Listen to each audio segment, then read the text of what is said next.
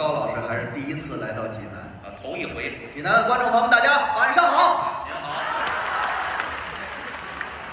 谢谢您啊。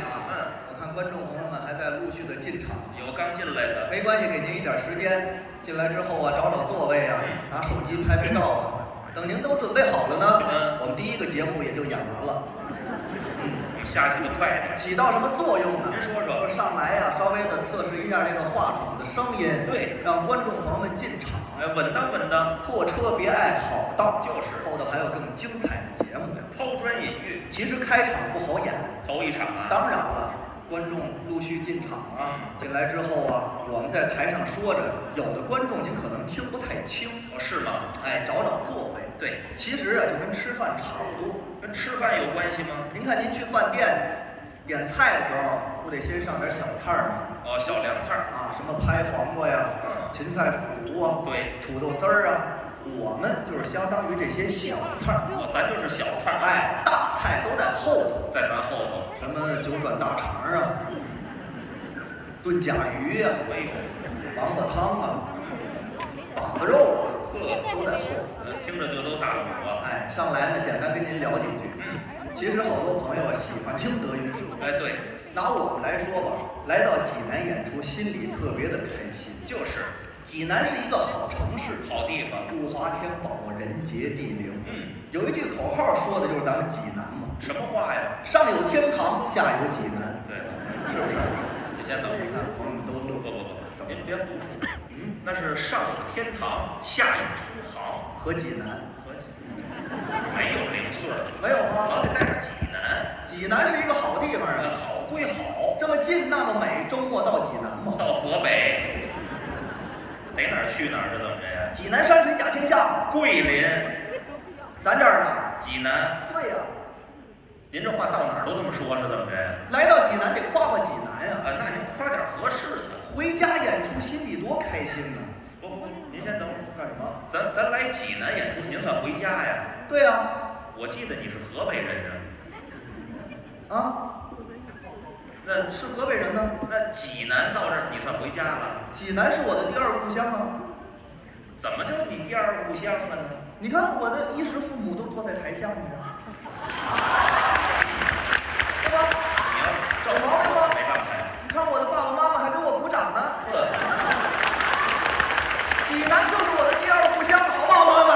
哎，你看，还进场还喊好呢，跟这儿跑着，好。您留神别摔着。真的，我在济南上的大学，那错不了啊。啊，你们都同学都来了，你看，同学都来了。哪有同学呀？嘛呀？您在济南上大学？对呀。哪个大学呀？济大的。我看你像济丢的。什么叫济丢的呀？济大是哪儿啊？济大呀。说全了。济南大学呀。咱都到什么？不是，咱都到你第二故乡了。对呀。咱说实话。就是济大的呀。你真是济大的。我济大的呀。我也济大的，我怎么没见过你啊？什么东西？我怎么没见过你呢？那你可能上学早了。我又早了。你毕业毕得早。行了，咱俩各退一步。实话实说，我没上过大学。你看他没上过大学，你呢？我济大的。您这往哪儿退了呀？怎么了？退一步。说实话，退一步行了吧？满意了吗？退一步。我北大的。您那叫退一步啊？怎么我的衣食父母不相信是怎么着啊？我不相信。我真是济大的。你真是济大的。真是济大的。真瞧不出来，我看你像济丢的这是。行了，没上过大学。没上过大学。没上过大学。那行吧。但是跟济南确实有感情。是。老来济南演出啊，跟回家是一样的。对。我的母亲还跟我说呢。你母亲说，出去之后不要想家，到哪儿就是你的家。所以我到济南有感情。那您是到哪儿都有感情。当然，朋友们也很热情。来这儿听相声，图的是开心，图的是高兴。对，今天又过节，是吧？你看6·1儿童节。对，祝大家儿童节快乐。你看，好多上岁数的编着鼓掌。今天都是小朋友。当然了，今天都是小朋友。其实来那么多朋友，拿我来说吧，跟您各位啊，其实是很开心的。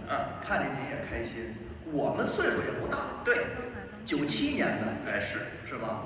他也是97年的，我俩同年，看着可能不太像，不像。为什么这么说？穿上大褂之后显老，哦，显得上岁数。真是，你看我97年的，27岁，穿上大褂跟37岁一样。哎呦，这差了10年啊，老了10年呀！您再看他穿上大褂，我呢，跟死了10年一样。到我这儿那么惨呢？为什么呢？什么叫为什么呀？不你说的吗？就是您穿上之后脸也刷白，眼睛也睁不开。不是，我不是睁不开，我是睁不开。我这眼睛就这么小，我能怎么办呀？眼睛很小，是小点儿，但是有您的特质，我的特色。哎，相声说的确实不错，还行吧。相声其实打小学，我是接小学的。几岁学相声？12岁。12岁学相声。今年多大？27。27岁，半辈子都给了相声，您看多不容易啊！我这半辈子就20多年似的，不是吗？太短点了呀！半辈子的青春都给了相声，就我的青春给相声了。一直说相声，对，确实是说相声大有希望。我还有希望，大有希望，是吗？您就是早晨1、2点钟的太阳，大有希望。我一点亮也没有啊！什么叫1、2点钟啊？不是有这么一句话吗？夸人说相声说的不错，有希望啊！早晨1、2点钟的太阳。早上8、9点钟的太阳。您就是8、9点钟。8、9点钟。8、9点钟的太阳。确实优秀演员，还行吧。大伙对我们有认识的，有不认识的。不熟悉的居多，也得介绍一下，有这必要。拿我来说，我德云社一个年轻的相声演员，我的名字叫高小贝，小演员。高小贝。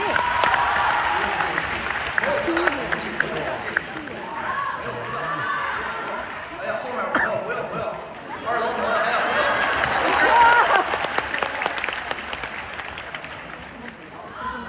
谢谢，小演员不值一提。您要不拦着人早停下了。一个1米91的小演员，确实是一个小演员。哎，您个儿挺高的，长得稍微的高了一点儿，能瞧出来。头一排的观众都这么看，老得仰着点儿，长高了一点。这个演员也不错，我呀，姓侯叫侯小楼。哎，是我。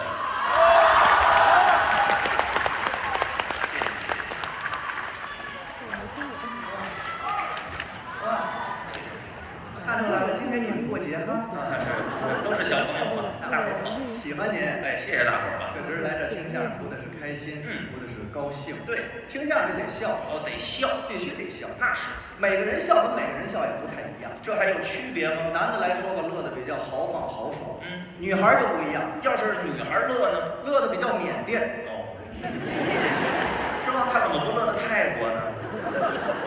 我不喜欢去那个地儿。不是，什么叫比较腼腆？就比较害羞，腼腆。什么？腼腆。腼腆。对。乐的时候有一个小动作。有什么动作？上牙咬下嘴唇。这我还真没观察。没注意吗？不注意了。没注意，我给您学一学。那您表演表演。别我自己学了。怎么着？咱俩人学一学。俩人一块儿学，好不好？那也行啊。现在开始啊，我就不是说相声的1米91的高小贝了。那您是1米91的什么人呢？我就好比是一个1米91的大姑娘。这姑娘不好找。哎，我在前头走，您在后头叫我。您看我乐的时候是不是上牙咬下嘴唇？那咱看看这个情形，显得这么媚。来瞧一瞧。行，那您前头走，我后头叫您，我得叫您。细狗。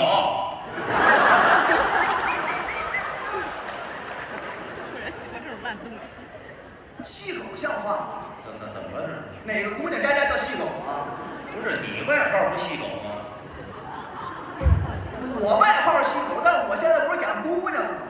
哦，这不能说了。这细狗像话？那我换个词儿。多新鲜，叫人细狗。这换个。人朋友回去介绍，明天跟朋友一介绍，问昨天干嘛去了？昨天进相去了，看细狗。确实是，确实。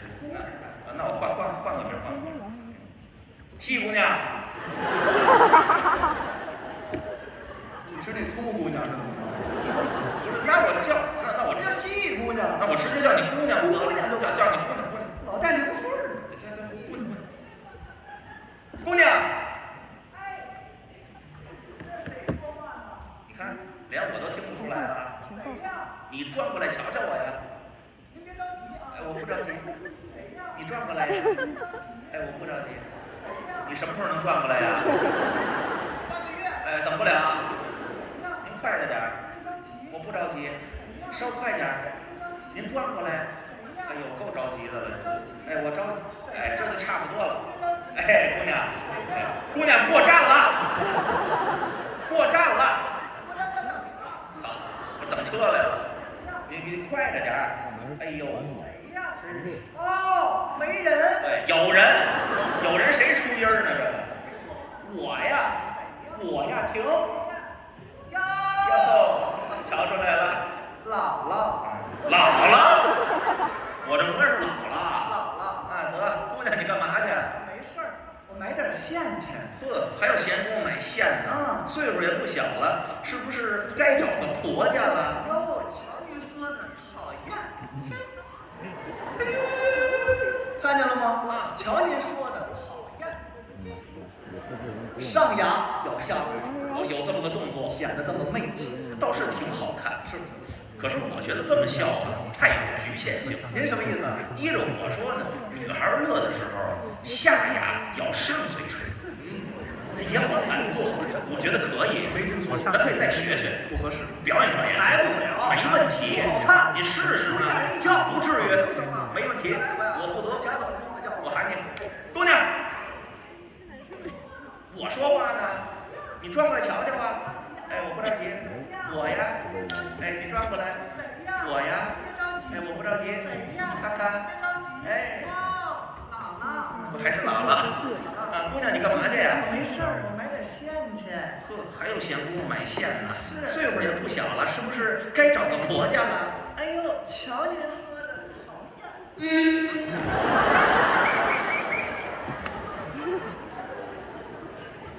这姑娘要吃人，这是。你看这好看，确实不太好看。这边观众没看见是不是？哎呦呵，行了，也不用这么周到。来这边。您也是，您瞧完这个不怕做噩梦，这一点也不美观啊，够吓人的了。怎么了？啊，还有上边。哦，2楼是吧？下回3楼。哦，好，哦，别掉下来就行了。哎嗨，有这么嘱咐的吗？下回咱们钱买1楼的票啊。哎，下，说这话了，看不见。下，确实有点吓人了。美观，别胡来了。所以说咱得研究这些。哦，研究这个。当然了，话说回来，相声是语言的艺术，对，还得研究说话。啊，那是主要的。说话也有它的规律性，是吗？讲究是什么？不同的时间、不同的地点决定话多与话少。哦。另外来说，不同的场合分声音大跟声音小。这么大规矩？当然。那我先问问您啊，什么场合说话声音比较大？饭馆。哦，餐馆里头说话声音大，是吗？3、5知己坐着说话声音越来越大。哦，不说3、5知己，就是顾客跟服务员点餐的过程中，都是说话声音比较大。是，当然，这我没注意。咱俩学一学呀。那咱再表演表演。现在开始，这儿就好比是一个饭馆，我呢就好比是一个服务员。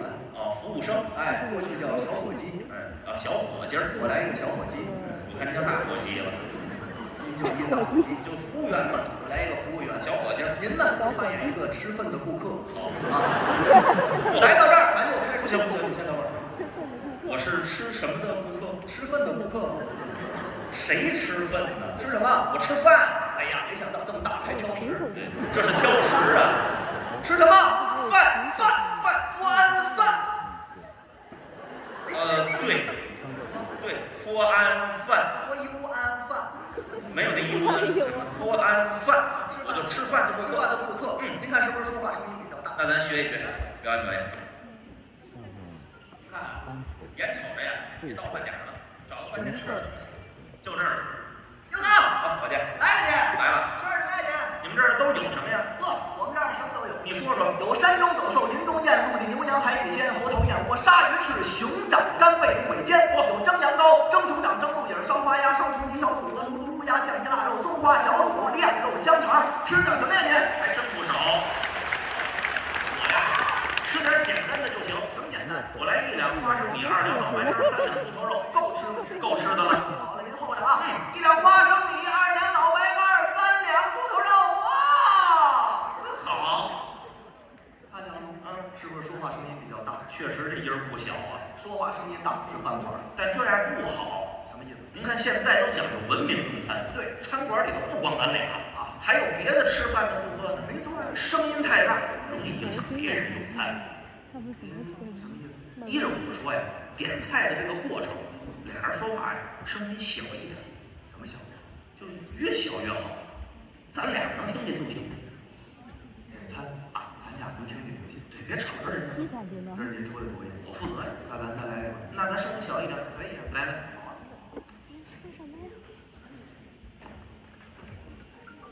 眼看着呀，这也到饭点了，找个饭店呢，吃点东西，就这儿。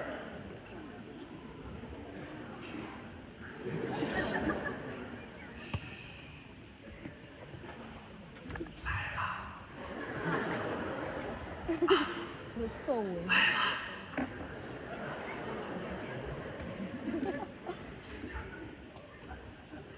吃点什么呀？那话筒还没开。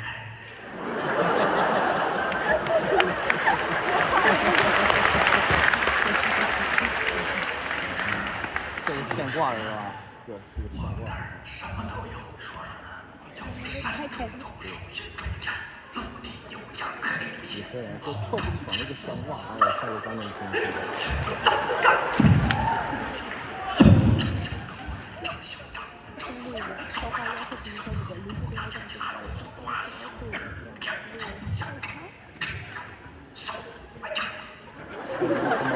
这有什么哈士马呀？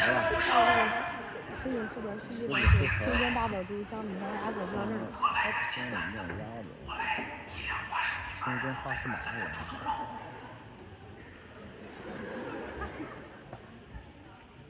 再说一遍。一两花生米，二两老白干，三两猪头肉，够吃吗？够了。好嘞，哎，您等着啊，我等着。别走，我走。别动，我动。我的妈呀！这怎么给我毙了呀？这个。废话，你头感太强了，你好，这确实看着也不像吃饭看着不像吃饭啊。对对对。像坏蛋接头啊，好，是不是？确实应该声音大一点。声音大必须是饭馆。那什么场合说话声音要小呢？坏蛋奸俗。两个青年男女谈恋爱，哦，搞对象声音小。哎，说话声音必须很小。哦，那我没注意过。那是你没搞过对象。你提这干什么呀？就是声音很小啊。啊，行，那这么着，咱再表演表演。可以啊，学一学。两个人物。俩。啊，我来那个男的。我来那个男的。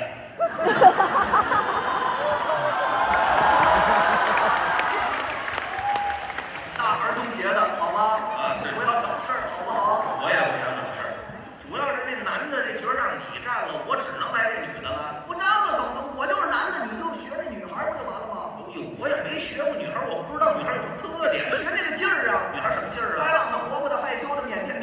啊，缅甸腼腆，我也腼腆。扭捏劲儿学出来。扭捏一点。对呀，我试试。扭捏一点不就完了吗？扭捏一点。行吗？扭捏一点啊。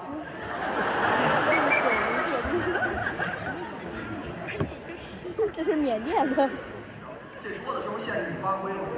没有啊，不是扭捏的吗？让你扭捏，不是学屈。你太恶心了你。我没学去，这行，反正就大概其实这样，点到为止就行。主要看说话声音小嘛。来了，咱来，我叫你，你答应。来，我答应。大细狗。我这模样像细狗吗？这个，这打起报复了，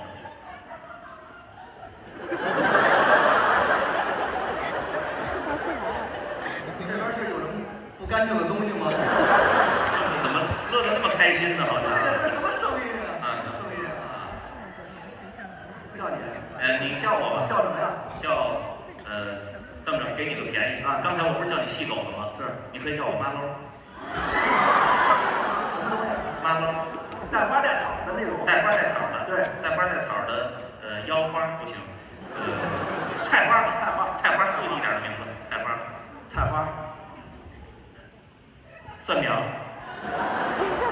给我起名字呢。蒜苗。菜花蒜苗绝配，是不是？哎，这差不多。菜花。算命。我问问你说，咱俩人谈这么长时间了，你觉得哥们儿怎么样？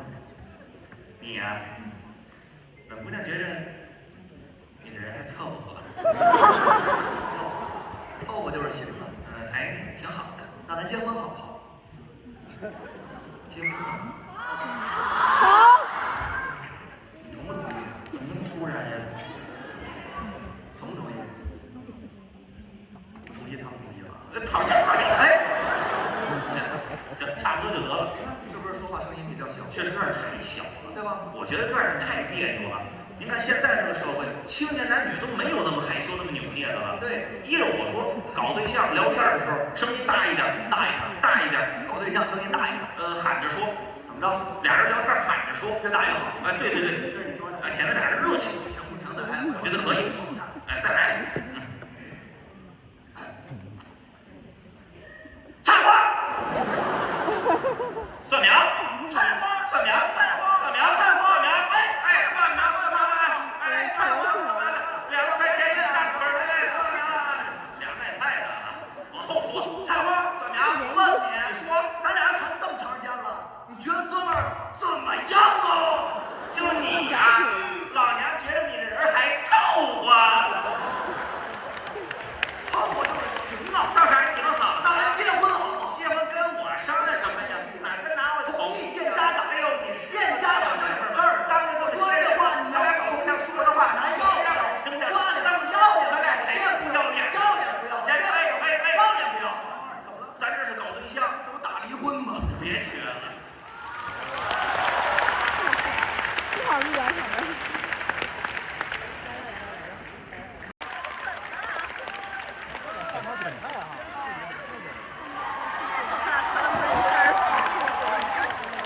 这粉儿还不他妈一个什么？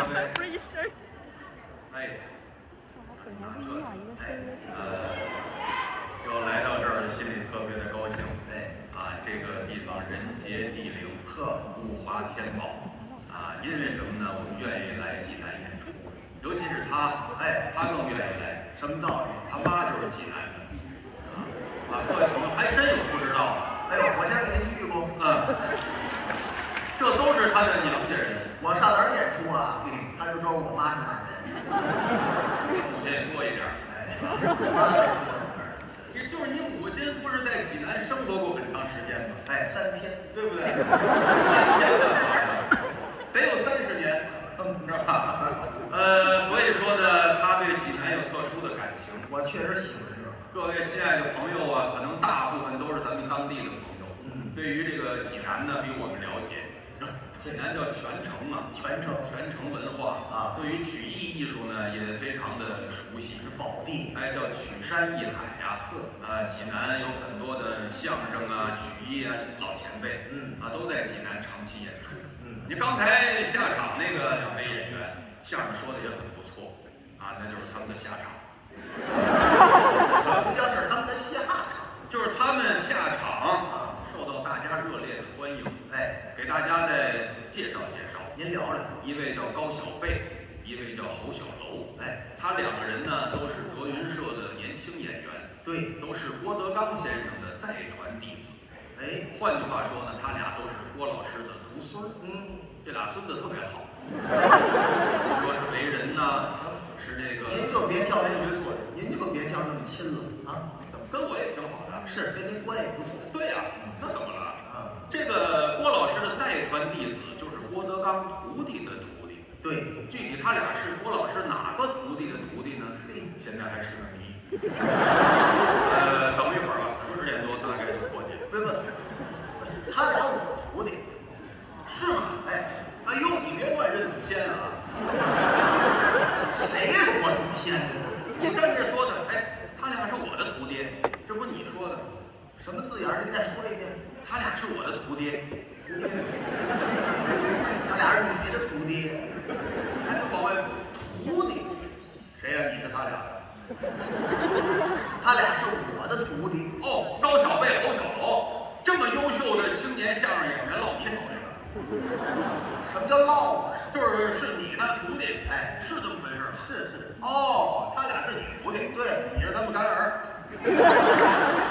不是你这说话就诚心。不是他徒弟那有反义词，那个不是干儿吗？师傅，是你师傅，对。自个儿都没谱，你哎呦，你怎么这跟说的那么累呢？好累的还在后头呢，是吧？你说准了行吗？他俩是我师傅，我不是。我们这行就腻歪这倒门的。他俩是我徒弟，你是他俩的师傅。哦，那么回事儿。反正你们之间的关系也非常的融洽，我共同提高。也特别的密切。啊，这么说您就是郭老师的徒弟，对，这错误。对吧？郭德纲老师特殊的徒弟，还特殊。哎，各位济南的父老乡亲都知道他。哎，你看看，郭老师的爱徒，对不对啊？是，有点惭愧。哎，那当然了。我用你帮我客气。我对您的话表示肯定也不行。你看看，您说的对，哎，这是您低调为人的这个作风，我喜欢。我就是这态度。哎，对了，郭老师徒弟很多，正式在册举行过仪式的都120多个。对，当然爱徒很有限，才114个。也不叫有限的啊，对啊，挺多的呢。挺多的呀，对吧？反正没有什么特别讨厌的，基本都很喜欢。最喜欢、最器重的，还得说是你。哎呦，因为什么呢？他跟郭老师啊年头比较长了，对，来的时间也多了。他在德云社也举足轻重，可以说是一人之下，一人之上。一共就仨人。哪儿啊？你是一人之下，一人之上。这不一共仨人，我还承前启后。一个3人，今儿来一出场的观众看见一共已经4人了。你刚说的一人之下是您在郭德纲老师领导之下，一人之上是其他那个好几百的相声艺人，同音字艺人都在你之上。我还是最后一对，最后一个是降级的嘛？啊，第2一个。哎，郭德纲你，然后是那个8.4，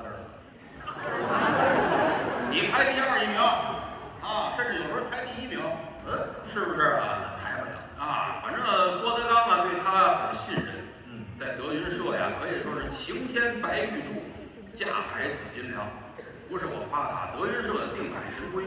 我的朋友说看着不像，定海神龟呢？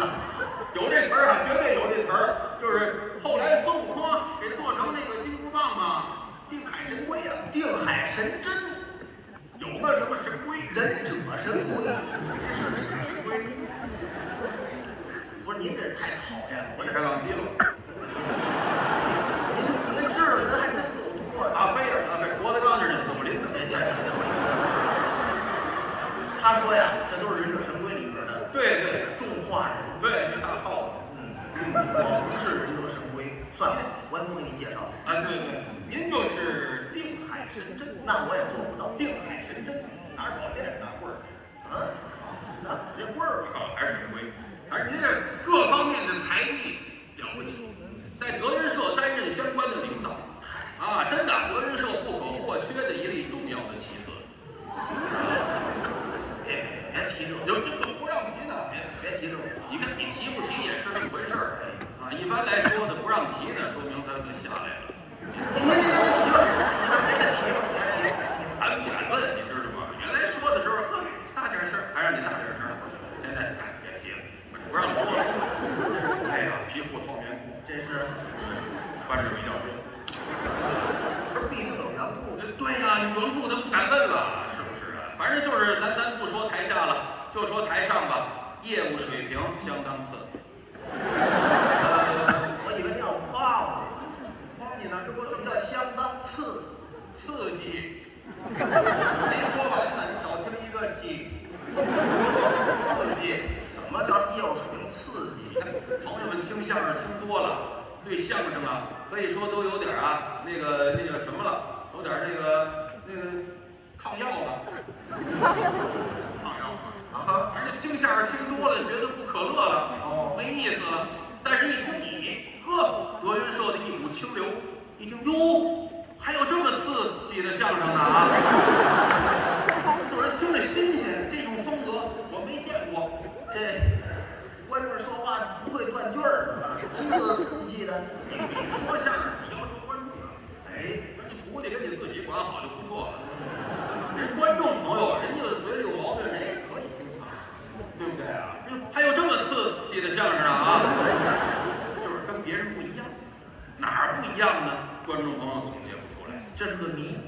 不是谜，我给您总结出来的。哦，他的相声说出来啊，比较有回味。呵，真是啊，这是相声我认为比较高的境界，回味无穷。什么意思呢？就是您当时听他可能感觉没什么劲，您别着急，茶吃后来宴。等过1个星期呢，您乐了，彻底忘了，连人都忘了。我这乐在哪儿呢？我这个废话，听了啊，过1礼拜才记着，你下礼拜怎么来啊？哦，我还1礼拜一来，多新鲜呢！1礼拜时间太长了，人现在听完了，回到家的路上或者到家躺在床上，哎，越琢磨你越可气。那也不是可乐，这可气呀，这是可歌可泣。你就把人观众气乐吗？行了，对吗？反正就是说，你在观众当中很有威信，他有每一位观众的威信。加得过来吗？啊，我加得过来吗？就是有威信这话怎么讲啊？就观众朋友很信任，就你往台上一走，观众朋友这个胸腔、腹腔就打开了，就准备要乐了。我一上来就乐，就准备喝他的相声错不了，准能让我们乐了。人是对你有信心，哦，明白这意思吗？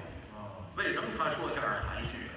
有学问，幽默就是在有文化、有学问当中才能体现出来，对不对啊？他平常就是比较爱看书，对，爱写字，写字，毛笔字啊，墨笔，对吧？对，你看毛笔字不是说的圆珠笔呀、什么剪刀笔呀、铅笔，不是这个，毛笔还得研，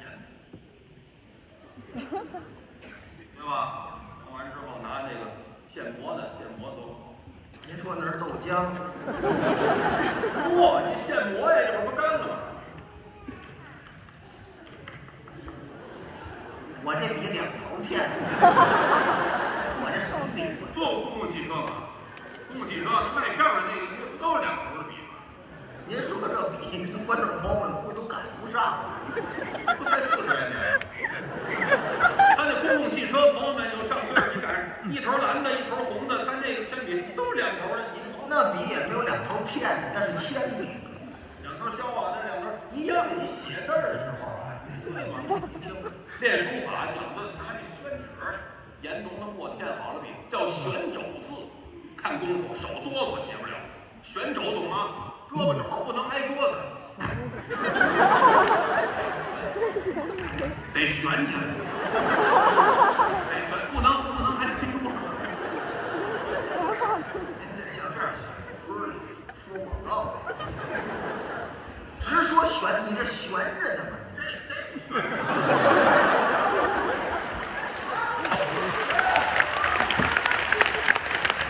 还都悬着，有多少手悬多少手，还都悬着。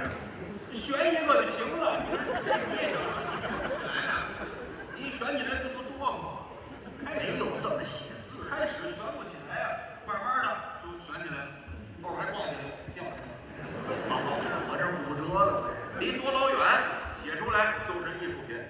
现在你看哪个公园里都有那个弄个水桶，长的笔头上海绵头，蘸着水，在地下就写栾云平，我是你爸。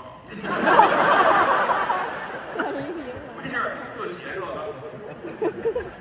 写的不行了。练这几个字最有代表。对，这都他们家发明的。谁家发明？沾点水，这也不祸害什么卫生。拿水在地下就写练书法，对吧？喜欢看书，爱看书吗？喜欢。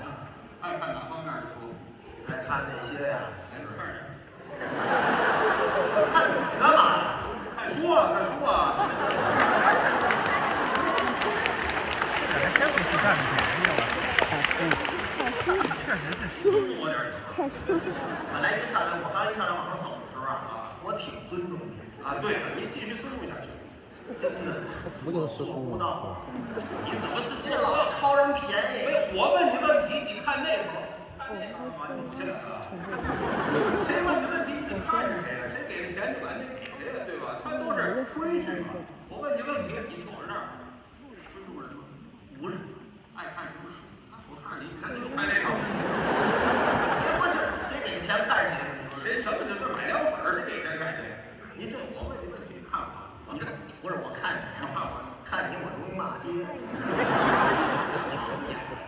这怎么还推人在台上？呵，好了，还有别的？我喜欢看就是小说类的，哎，没想到，就是故事性比较强的。看的啊，一般看什么小说啊？你比如说啊，我最喜欢看的，就得说是步步惊心。咱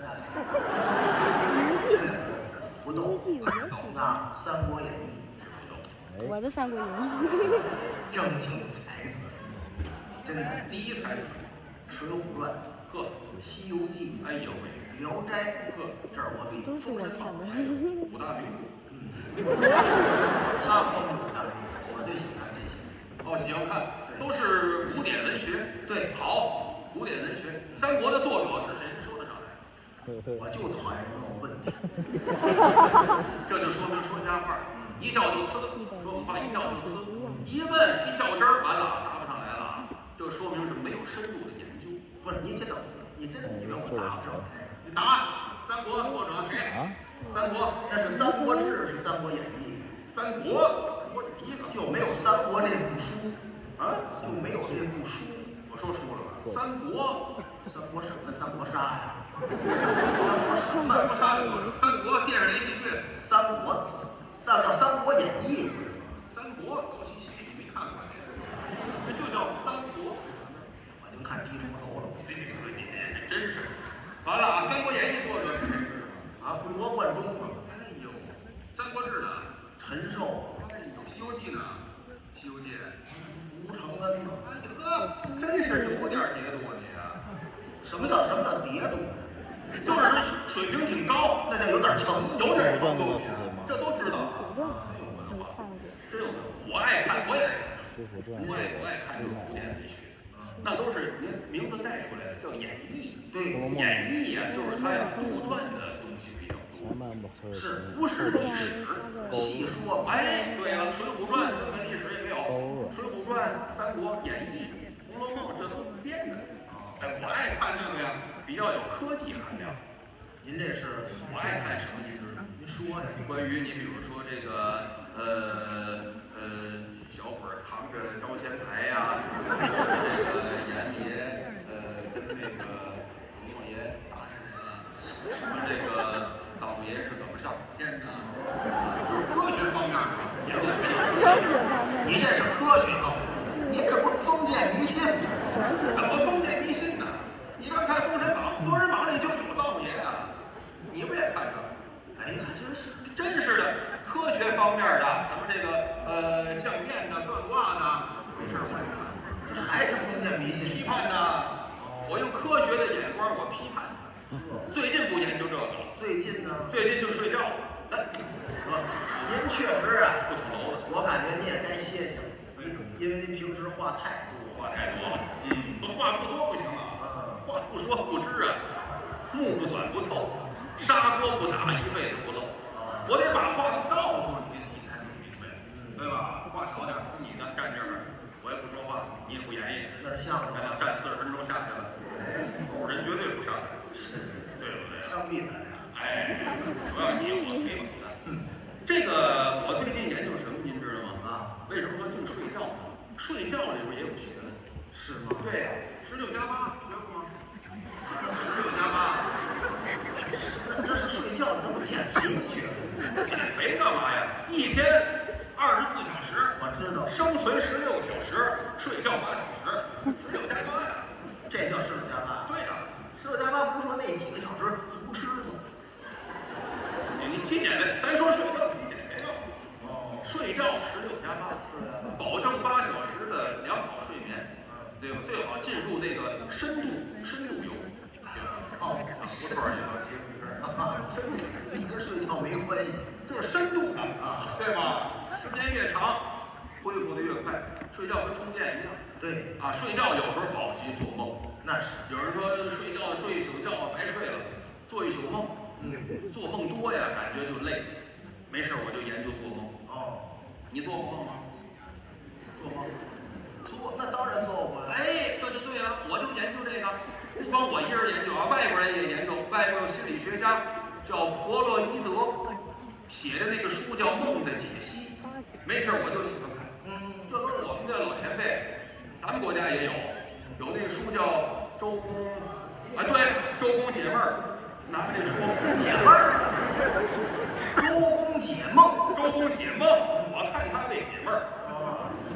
既然提到这儿了，周公解梦的作者是谁？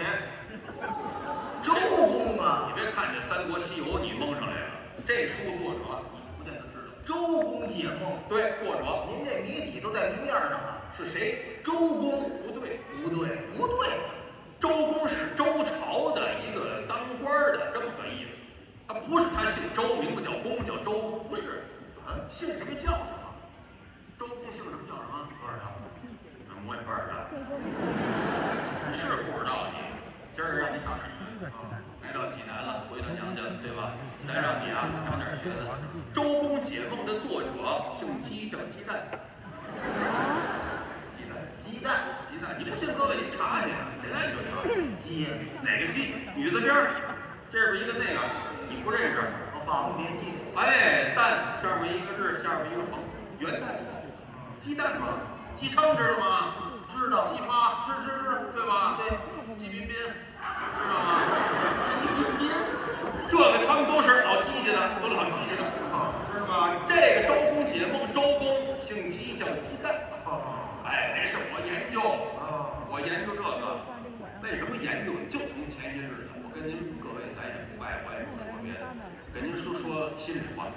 前些日子在北京演出的时候啊，你看我们满场演出啊，演完了我一般都是最后一个结束，我一般最后一个结束，管那打扫剧场，敷衍的，我是最后一个节目，演完之后呢，都归置完了呀。也打扫剧场，11点左右，11点左右，我一看，距离明天下午演出啊还有10几个小时，回家吧，回家。你每天都考虑这问题吗？有时候一个礼拜考虑2次，还有不回去的时候。回家了，回家的路上呢，我就琢磨晚上我得吃点什么呀。刚回家就睡觉，睡不着，吃点夜宵。到家吃完夜宵，看会儿电视，然后看看网上的新闻。哎，最主要的，我还有我的活儿。您是？我家养了好些兔子。小动物。我得喂兔子。我们这兔子比我睡得早，作息挺有规律的。我吃完弄完了都得1点来钟了，兔子睡着了。喂，哥几个，起来行不行？该吃安眠药了。我孙子，兔子孙子。行，该吃安眠药了。人家睡挺好，给人塞安眠药，让他睡得更好啊。迷迷瞪瞪的，夜宵马不得，夜了不肥呀！来，一人一根胡萝卜啊，安眠药在里吃，肚子接都告诉人家。迷迷瞪瞪的，感觉吃饱了喝足，他挺美。我也睡觉吧。正在我3睡不睡这个时候，没这词儿，人叫4睡不睡。3睡不睡，反正要睡着啊，又没睡着，说没睡着呢，有点迷糊。就这时候，从门外头，我们家有门呢，从门外头，你这没门呢，隐隐约约的啊，说书词叫影影绰绰，说文词叫影影绰绰，其实都一个字儿。进来俩人，这俩人的模样太有特点，一个大高个儿，1.91米，穿着一身啊白的那个白颜色的衣服，戴一尖帽子，本来个儿就高，1.91米，再戴一尖帽子，好家伙，这2米多几，手里拿着一个狼牙棒，旁边呢站着一小黑胖子，黑胖子1.64米左右吧，穿着一身黑，戴一个黑帽子，手里拿着一个铁链子。哎呦，我一看，这谁呀？这是黑白无常。哎呦，还差2辈儿啊！黑白无常，那个世界的人，我在这个电视连续剧《新白娘子传奇》里面见过这样的人物形象。你看电视剧了？新白娘子传奇。你不也看过？说实话，我以为你要吐。有这歌没这歌啊？有这歌，你看没看过？有没有这人物？哎，他不是那里的人吗？怎么跑这儿干嘛呢？走错了。2位，走错了啊！云平在楼下啊。哎，不送了啊，并不是着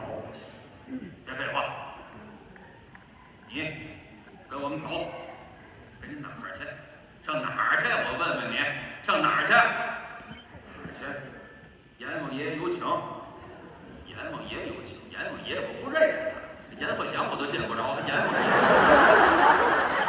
不认识他，不认识他，他认识你。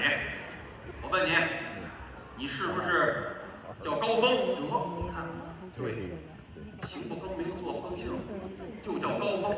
高峰就是我，我就是高峰。你把我怎么样？那就是你。要过河，过河，没错啊，走，过河啊，奈河，你过奈河，奈何？过什么奈河？叫高峰的多了，全给你走啊！打这儿开始，全世界没有叫这名儿的了，行吗？踢球的、唱歌的都有这个，这都是明星。凭什么是我呀？凭什么是你？你是不是在德云社？跟一叫栾云平的孙子说相声。对，你早提那孙子早想起来了。对，从这孙子我真跟您走，别废话，哪那么些废话？那拿狼牙棒，那照着我脑袋咔砸起来了，趁我不注意，拿铁链子哗楞扎嘣给我锁上了，连拉带拽呀，哎呀，蹬着那铁链子，擦出了肚子，给我蹬走了。我这就慢着，拽走了啊！我穿着我这睡衣就走了，门我都没锁。顾不了那些了，我这兔子跑了怎么办？哎呀，朋友们，我这人不惜命啊，生而何欢，死而何惧？死就死了。但是我这个人呐，说心里话，也有胆小的时候。跟他俩走的半夜走的呀，隐隐约什么都看不见，出门不是我小区那样的。哎呦，眼前漆黑，耳朵边上也没声音，得有半个小时左右，耳朵边有声音了啊。都是说话的，说话。哎呀，救命啊！受不了了，让我出去！不要这个样子！去你的吧！我这个没听说过，这都像话吗？哎呦，这太吓人了，这种声音啊！这怎么死的都是捧哏的？哎，你快点说吧，你。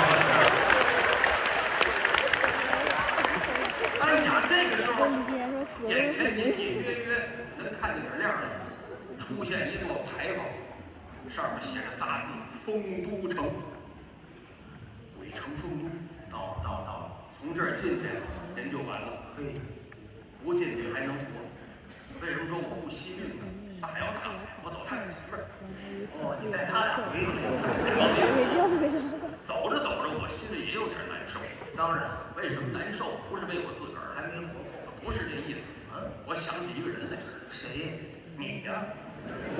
你说咱俩合作，对吧？连说带不说的也20来年了。您这没有功劳也有苦劳啊，没有苦劳也有疲劳，没有疲劳也有牢骚，那太多了，是不是？你说我冷不丁的，我先试了，留下你一人寡不失业的，就是剩下你自己了吧？咱不予比例了啊，剩你自己了。你说你给谁捧哏去？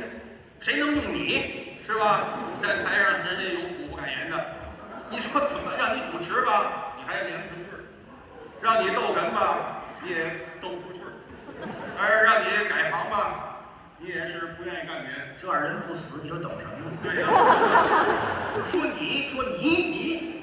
你说我是为疼和你，我一死了，你找不着底了，怎么办？哎，我跟你说，我不要骗你。哦，这事没想起我。对，那涨工资的时候你不想我？涨工资是你负责，我还想你。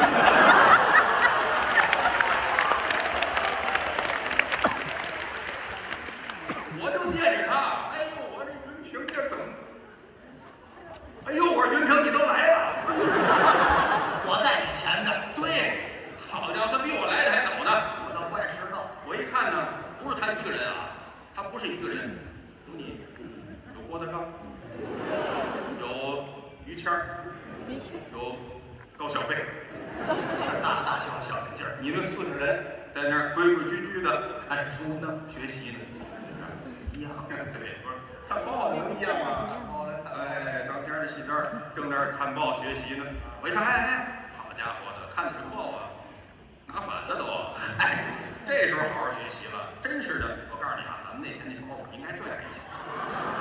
我们正钻研业务呢啊，正钻研业务，旁边边过来一小伙儿，哎，这两天来这几个说相声的，那屋，阎王爷有请。阎王爷有请。我们这头一回来呀，心里也难免有几分害怕。站起来之后，跟着小伙来到那屋，门上挂着一小牌儿，写着仨字儿：阎王屋。阎王爷没什么可说。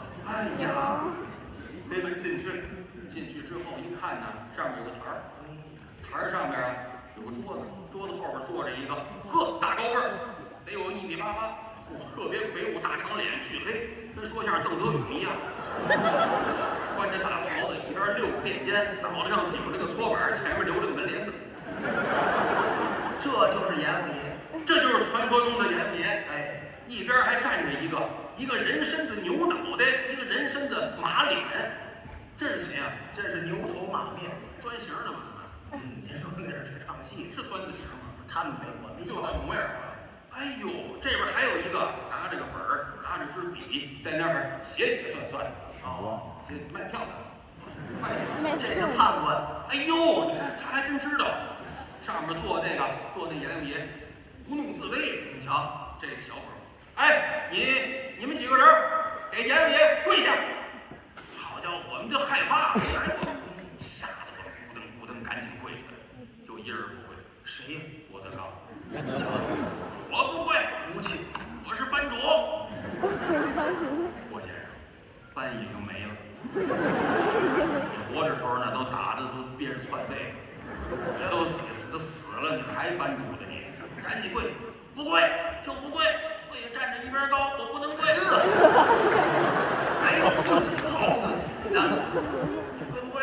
小伙厉害，不跪就不跪啊！拿狼牙棒照郭德纲那膝盖上，啪，这一下跪下了，趴下了。还不如走，意思不一样，趴着比跪着好，还矫情了。阎王爷在上头一拍这小木头，训话。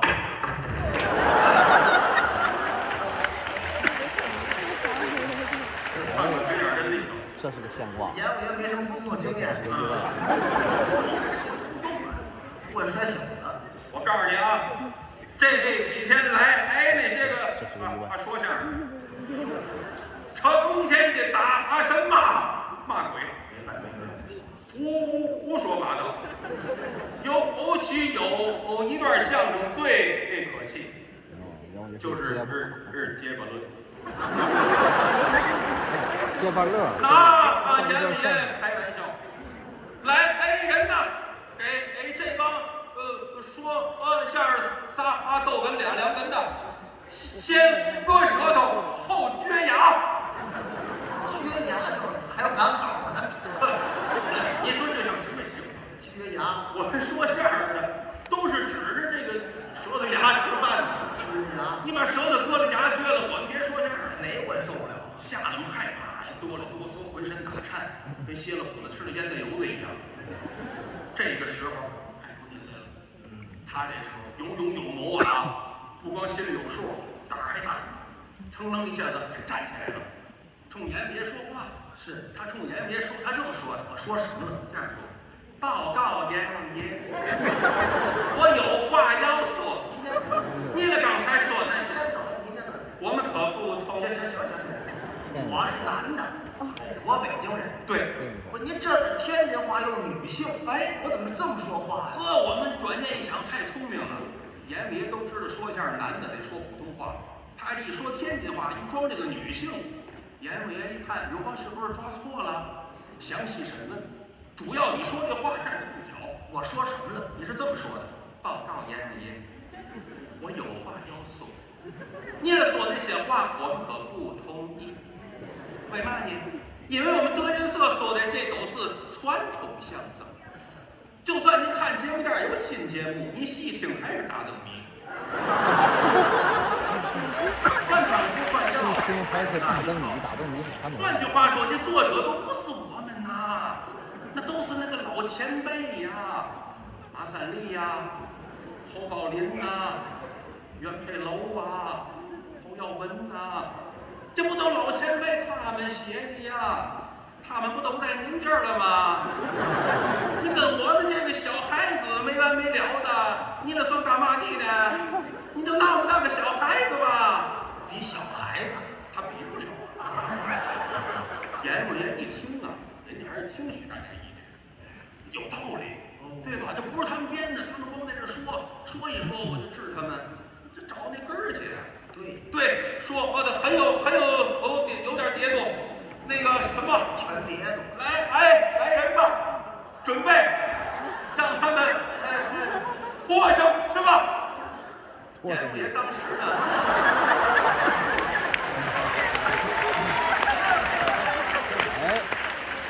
看了吧？他拿这个铁柱，这个蛇呀，拖上就是变成人了。这就活了。多亏你这几句话，这是个现状。我们精神都来了。是啊，阎王爷也带笑脸了。嘿，一个我们赶紧都站起来了。啊，哎呦，郭德纲，郭师哥，快起来走啊！嗨，你别不好意思的，我搀着你。郭德纲搀起来，把屎秃噜秃噜。吓着哎呦，别看这崔莺胆儿最小，这于谦我们俩架着了，离开这个阎王庙屋，到前面一拐过弯去之后，那儿还有一间屋，挂着一牌脱生室。脱生室跟实验室这意思差不多。脱生室，哎呀，别管人伺候。对，就从这屋就活了。哎呦，还阳自说。哎，推开门进去之后，我一看呐，心又凉了一半。又怎么了？这屋里没有什么装修啊。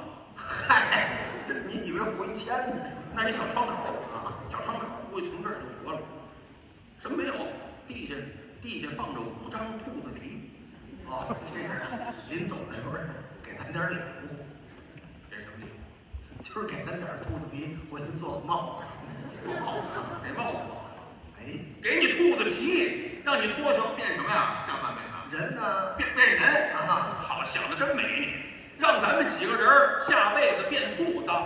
怎么变兔子？怎么变兔子？预备兔子皮能变兔子吗？我仔细一看呢，最可气这5张兔子皮，4张公的，1张母的。怎么还有个母啊？呸！倒霉倒你身上了。什么？报告阎王爷。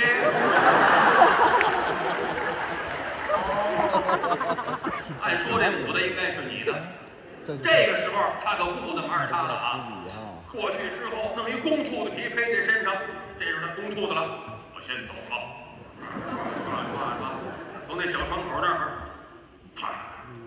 哎，第一个变兔子的人，瞧，走了，都倒完仓了。哎，他走了。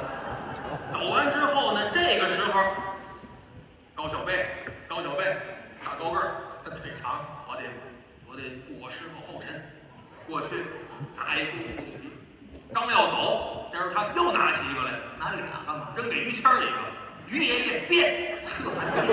给于谦一个，他来一个，俩人从小窗口，一个瘦长的，一个卷毛的。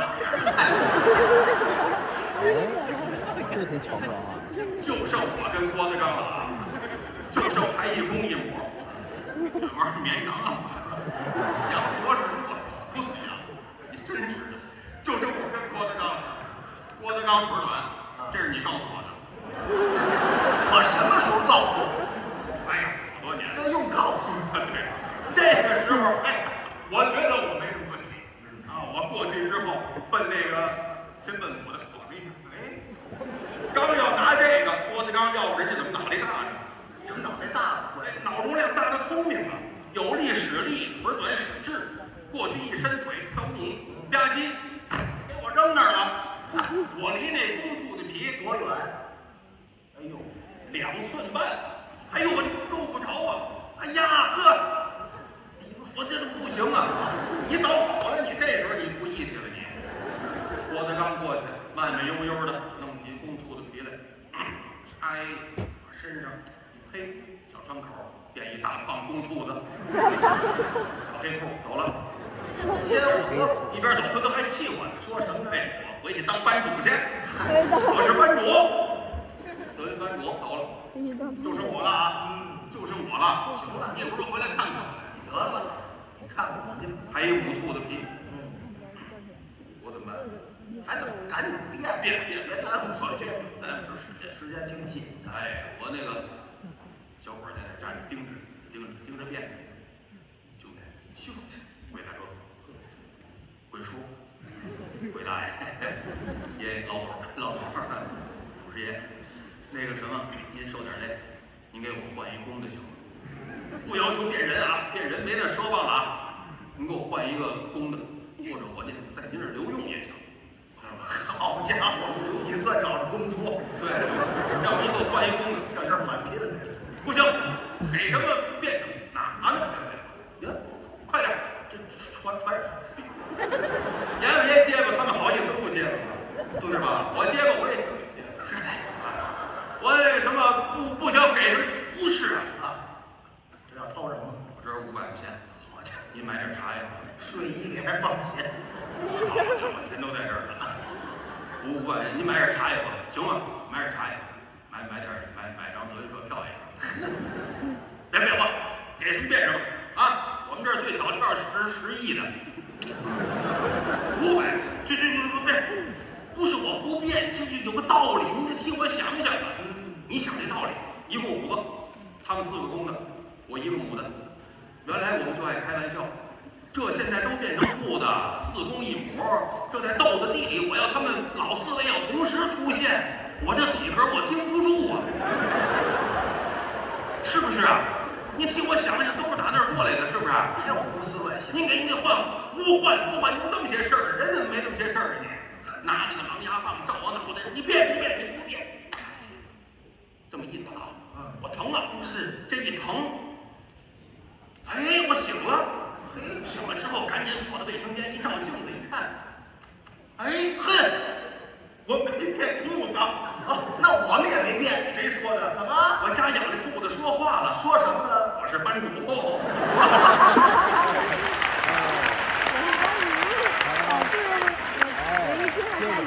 啊，谢谢大伙儿。谢谢各位，是，大会场接着一场，又给您换一段。啊，这一场给我们俩更换上。看我们演出，礼拜6的晚场，还有1、2千位朋友，哎，满起满座，来到我们刘老根儿，来到我们德云社，啊，今天可是总队长夜场啊，观看演出。是，有第一次到剧场来的朋友吗？这么多吗？朋友们是本地的还是外地的？我都是济南人。啊，咱哪儿来的？北京、上海、烟台、天津、缅北。哎，没有，吓一跳，哪有缅北？无论咱哪儿来吧，都宾剧场来放松放松。哎，能热闹。上台里做一个自我介绍，给大伙儿介绍一下。为什么呢？有的朋友认识，有的朋友不认识。您说说吧。啊，有认识我们的朋友吗？没有，可以不说话啊。还真尴尬。啊，既然有认识的，有不认识的，做一个自我介绍吧。说吧。拿我来说呀，我的名字叫鹿晗。谢谢。原来呀，你等会儿，你叫什么？鹿晗。大家好，我叫关晓彤。什么样的鹿晗就配什么样的关晓彤。这我还觉得有点吃亏。轻不了，我是回民。那个缅北的朋友拿出枪来击毙他。开玩笑，叫什么名？好好做个自我介绍吧。您叫？按我来说呀，学徒叫小龙。我是德云社的一个青年相声泰斗。谢谢。这个发型看着像个泰迪。泰斗那都老演员，咱们这谈不上。有一个昵称叫大美丽。在德云社学习。跟谁学呢？您是不是？于谦于老师。于老师。于老师大伙都比较熟悉了，有3大爱好：抽烟、喝酒。密度太高了。作为我们徒弟来说呢，也有3大爱好。你们是？点烟、倒酒，给师傅烫头。搭配来的。今天来到济南演出，非常的开心。是吗？我还有一个特殊的情况。什么情况？我跟后台这些老师不一样。您？我是一个山东人。真是山东人。我是山东临沂的。临沂的。刚才我听见朋友有人说临沂的。这是我的情况。旁边这个老师到我了，是我的搭档。对。叫什么名字呢？您说说。叫季彬彬。我那字儿没了。你本名不叫季彬彬吗？本名台上不能叫季彬彬，叫艺名。姬霄同。对，主持人说了。云鹤九霄。郭德纲老师第4科的弟子，就是霄字科。姬霄同。小鸡。小鸡呢？乐高您叫我什么？云鹤九霄，龙腾四海。这个名字好像不太礼貌。我听着像骂街。小王儿、小李、小我没鸡。招了吧？我还没招呢。特殊姓氏，特殊云鹤称呼。九霄，刚招的换一个不好听。老鸡，老鸡可以说。能不能再换一个？实在是太难听了。小鸡、老鸡都不爱听，不好听。垃圾。行，小鸡不错叫。小鸡不错啊，小鸡呀也是一只老演员，打上人类。打小学习相声。哎，说了半天就这话，对我是很小就来德云社了。为什么打小学？喜欢相声呢，这是一方面，另一方面是最主要的原因是他小时候性格内向。我这人小时候我不爱说话，内向也是有原因的。您说说。因为小鸡是一个早产儿。哎，这别笑，这真事儿。早产9个多月，这种孩子那叫流产。对，小鸡是个流产儿。早产1个多月。早产1个多月生下来比较瘦弱。小时候身体不好，不像别的孩子，生下来70、80斤，那生不下来。我生也就4斤多，生下来4斤多，很小，特别瘦小。对，这大夫说了，得上医疗手段。什么医疗手段？放保温箱里。婴儿那个保温箱，保温箱里一放就是5年。后来呢，我就成了烤鸡，我都烤脆了，我这。医疗手段5、6天，花了5、6天后来接到家里好好的调养，长到7、8岁，性格还是内向。7、8岁就送那个德云少儿班来学习的，学相声去吧。对，7、8岁也比较瘦小你8岁，他8岁才多高？我那会儿矮，他8岁才这么高所以叫小鸡。我8岁长这么高。我说你8岁，你躺那儿你这么高。我80躺着也那么高，没那么矮，就桌子这么高。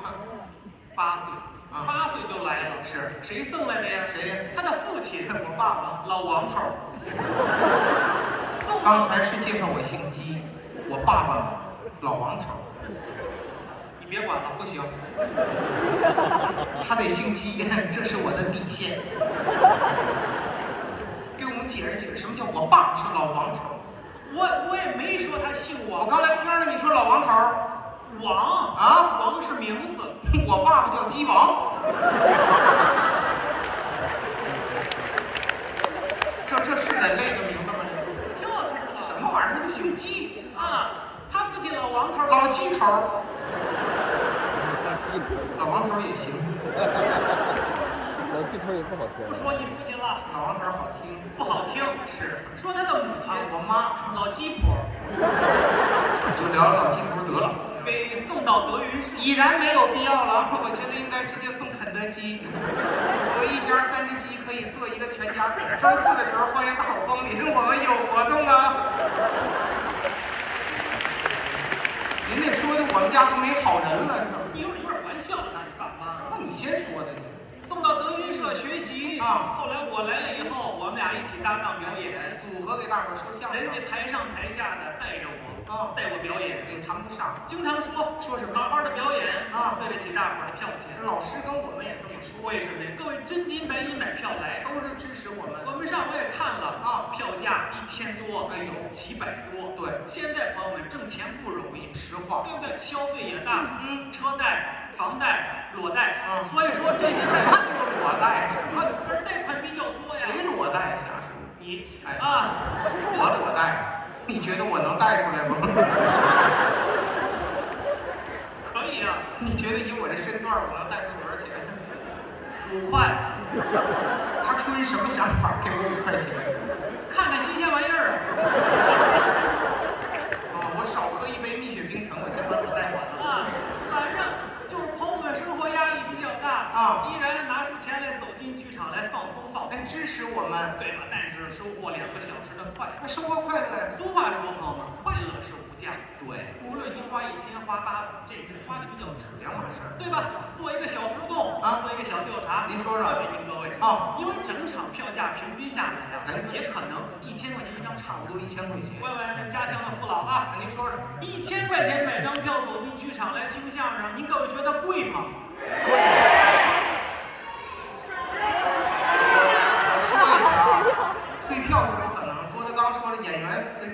高不给退。他那个词儿准备的是你们说不贵，你知道吗？没想到济南人如此实在。要不你再问一遍吧，我们就当穿越了。发自内心的回答，朋友们啊，不要开玩笑了。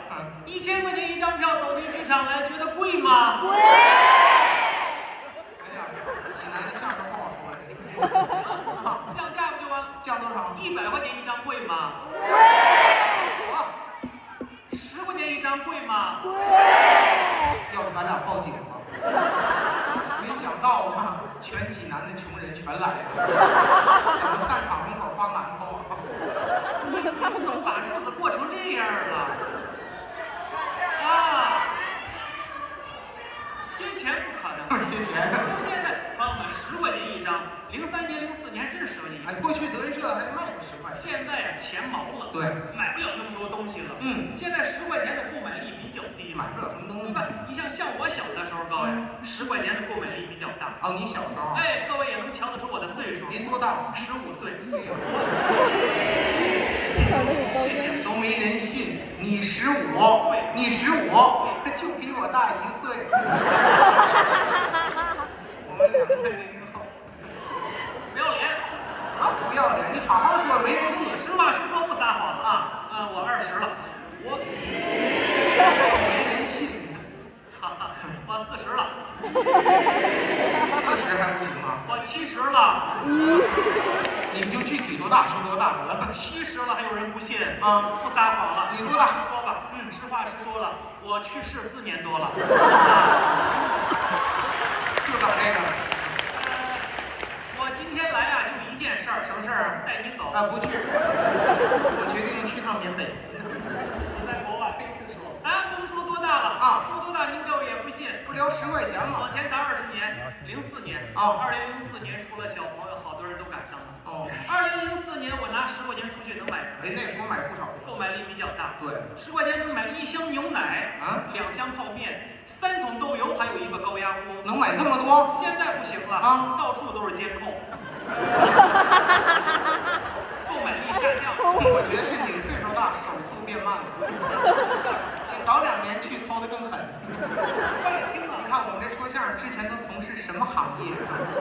老话说得好啊，360行，行行出相声演员。就是不干人事儿。归根结底什么意思啊？得好好的表演，对，让您各位开心而来，满意而去。哎，就研究好这些传统相声。哎，对了，您看人高老师传统相声说的比较好，真不错。我们再怎么努力也说不过人家。哎，跟人差距大。所以说我们研究的方向在哪儿呢？什么意思呢？写新作品，研究新节目、新课题、新的创意灵感。对了，那您有什么研究跟家乡父老汇报？今天给朋友们汇报我最新研究的成果。您说我听听。我最近研究一个什么课题呢？怕媳妇儿的课题。我都想笑。怕媳妇儿还用研究吗？怕媳妇儿不用研究，怕媳妇儿怕就完了。重点突出一个怕字儿。你怕？我不怕。为什么？我没媳妇儿。没媳妇儿我不怕。单身鸡？什么单身？我不怕。朋友们，怕媳妇儿不是那么简单的。怎么呢？有模样怕啊，金钱怕，岁数怕。哦，有这几种。这么几种情况。能不能把你这研究的课题详细聊聊？说模样怕。什么叫模样？两口子，一方好看，一方难看。难看的就怕好看的。这么说听着有点笼统。拿你举例子，详细点。搞上对象了？不是没对象。举例子嘛。好比说我有对象。好比说有对象了。哦。娶了一个香港的小姐，俩人非常的恩爱。我没听清，香港小姐还是香港的小姐？就一个字儿。哎，不，差一个字儿，收入不一样。你选一个。我选的香港小姐大模特儿。大模特儿啊，柳叶眉、杏胡眼、樱桃小口一点点。哟，不笑不说话，一笑俩酒窝。能唱歌会跳舞，特别的有气质。哦，爱上了你。还瞎呀！哎，我但凡找一这样的媳妇儿，各位，怕一辈子我乐意。你乐意？我乐意。他乐意。我这不举例子吗？哦。人那么好看，你那么难看，你能不怕人家？是得怕。模样差距太大，气场就把咱给压下来了。对了，这叫模样怕。还有一怕是金钱怕。哦，是经济上的差距。拿你举例子吧，还是我二婚了，哎，别，我刚才那媳妇儿呢？跟别人跑了，跟谁跑了？郭德纲先生。你有什么要说的吗？我祝他们幸福。二婚了，二婚，但是现在双方经济地位悬殊，你差着钱。拿你们家来说，我们家，你们家一家好多口人哦，挤在北京一个4平米的复式，4平米我盖一复式，我是垒一炮楼是怎么样？北京那地儿寸土寸金啊！哦，你们家地界好啊，位置好。哎，北京78环啊，那都过济南了，那还值什么钱？都到哪儿了？78环。78环，新城4平米太，家里人口众多，人还多，情况复杂。这怎么意思？你的爷爷啊，老鸡头，老家瘫痪在床。哎呦，太惨了。你的奶奶啊，老鸡婆，瘫痪在床，没地方，4平米放俩床。你的父亲老鸡头啊，瘫痪在床，跟我爷爷挤在一块儿。你的母亲老鸡婆啊，瘫痪在床。哎呦，好拥挤，都是上下铺这都。你底下60多个弟弟妹妹。等会儿，多少？60多个。 60多个弟弟妹妹。那我父母瘫痪的原因找到了。挺好的，没找我别的。哎呦，这个4平米的复式，你笑什么场啊？这么严肃的演出，你为什么在家乡父老面前笑场？我们总队长有话，笑一场扣500。人家那么惨了，你们还退票？是那么惨，你还笑场啊你举例子也太夸张了。你就举例，你就6个。六个够吗？太够了，你要考虑我们家实际面积。6个弟弟妹妹。哎呦，还有4个瘫痪老人，10个人呢。家里11个人，11口。这是你的情况。哦，现在有一个小姑娘爱上了你。什么小姑娘？超级有钱。有钱。独生女。哟，家里趁着几十亿的美金。我。小姑娘的父亲。啊，你的岳父。什么意思？穿着打扮。怎么穿？西装黄金的。哟，领带黄金的。我。皮鞋黄金的。哦，内裤黄金的。磨死他。老头全身黄金，超级有钱。行，周大福这是。又打一个。我找钥匙卡呢，怎么小金人这是？超级有钱，一个独生女爱上了你。这不光瞎，这还傻这。爱我什么？爱上了你。爱我什么？爱你什么？爱我4平米的复式，还是4个瘫痪的老人，还是那几个挂在墙上的弟弟妹妹？给我一个爱情的理由。爱你能奋斗，天天在外头奔波。我主要是挤不进去。你很阳光。我是阳光，我只能在外面晒着。就爱你工作。哦，就是还爱我。对了，嫁给你。哦，嫁给你以后，买房、买车、买地，我送你弟弟妹妹上学，给你父亲、母亲、爷爷奶奶做康复训练。您听听，给你买裤子。啊，你就说，我连裤子都没有。他来之前我光着屁股。你有一个大的跨栏背心到膝盖上。我就里面没穿，对，就一跨栏背心儿，我捂着点儿，刮风的时候一捂玛丽莲小鸡。哎，我是不是那个裸贷就不用还了？咱不管你私生活，咱说这个爱情。我有什么私生活？我都放飞了。这是一个小现状。不要玩笑了啊，对不对？你说你吃的、穿的、用的都是人掏钱，是不怕人家？我太怕了，他走了我又光屁股。哎，这叫什么呀？啊，金钱。哦，这金钱的差距。还有一个是什么呀？第3个岁数怕。这最后一怕就是岁数了。哎，拿你举例子，还是我3婚了。别，第2婚我还挺满意的。跟别人跑了。跟谁跑了？郭麒麟。我爷俩可我一人坑啊！你不得跟领导走动关系吗？妈有拿媳妇儿走动关系的吗？你还有别的吗？我还有4个瘫痪的老人。他们要吗？不就拿扣我一人来？对呀，你不是现在结婚了？什么意思呀？75岁高龄。哎，这不合理呀，朋友们！我前几段婚姻20岁，我这我伤心了。哦，两段不幸的婚姻伤心了啊然后你把鸡心锁死。这75就没有必要打开了。 75岁你想开了，我就直接入土就可以了。 75岁你要撒出结婚的消息。哦，有一个大学刚毕业的女大学生爱上了你，这才是真想不开。爱我什么呀？22岁，你等会儿别，他爱我什么？22岁爱我？你说图我养老金。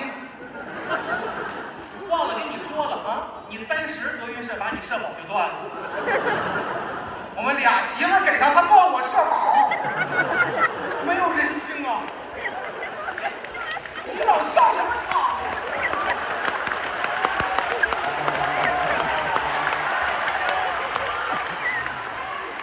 你是不是回到山东一城兴奋？我是没有价值，我75岁还有什么价值啊？就是22岁的女大学生，哭着喊着嫁给你，我就嫁给我。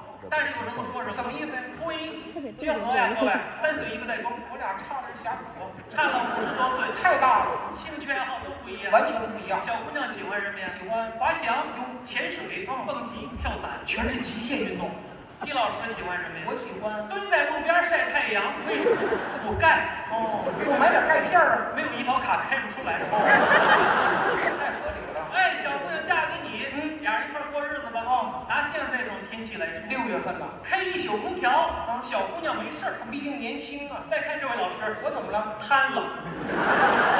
我这怎么瘫的？我这空调吹的，跟空调没有关系。怎么呢？你忘了，我们家有瘫痪基因。能挺75我就不容易。瘫了以后，小姑娘很爱他呀，还爱我。拉到医院吧。哦，拉到医院，人大夫说了，这就是血管堵了。哦，做一个小手术。怎么手术？天灵盖以下截肢。那不就砍死了吗？天灵盖剩一脑壳，最后。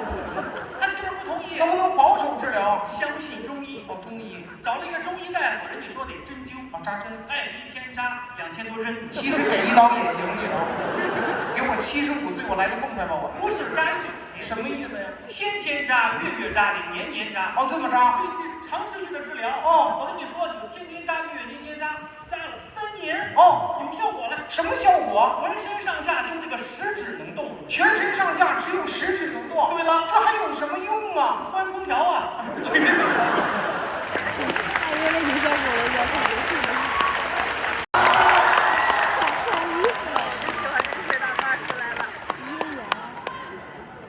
阴阳五行嘛。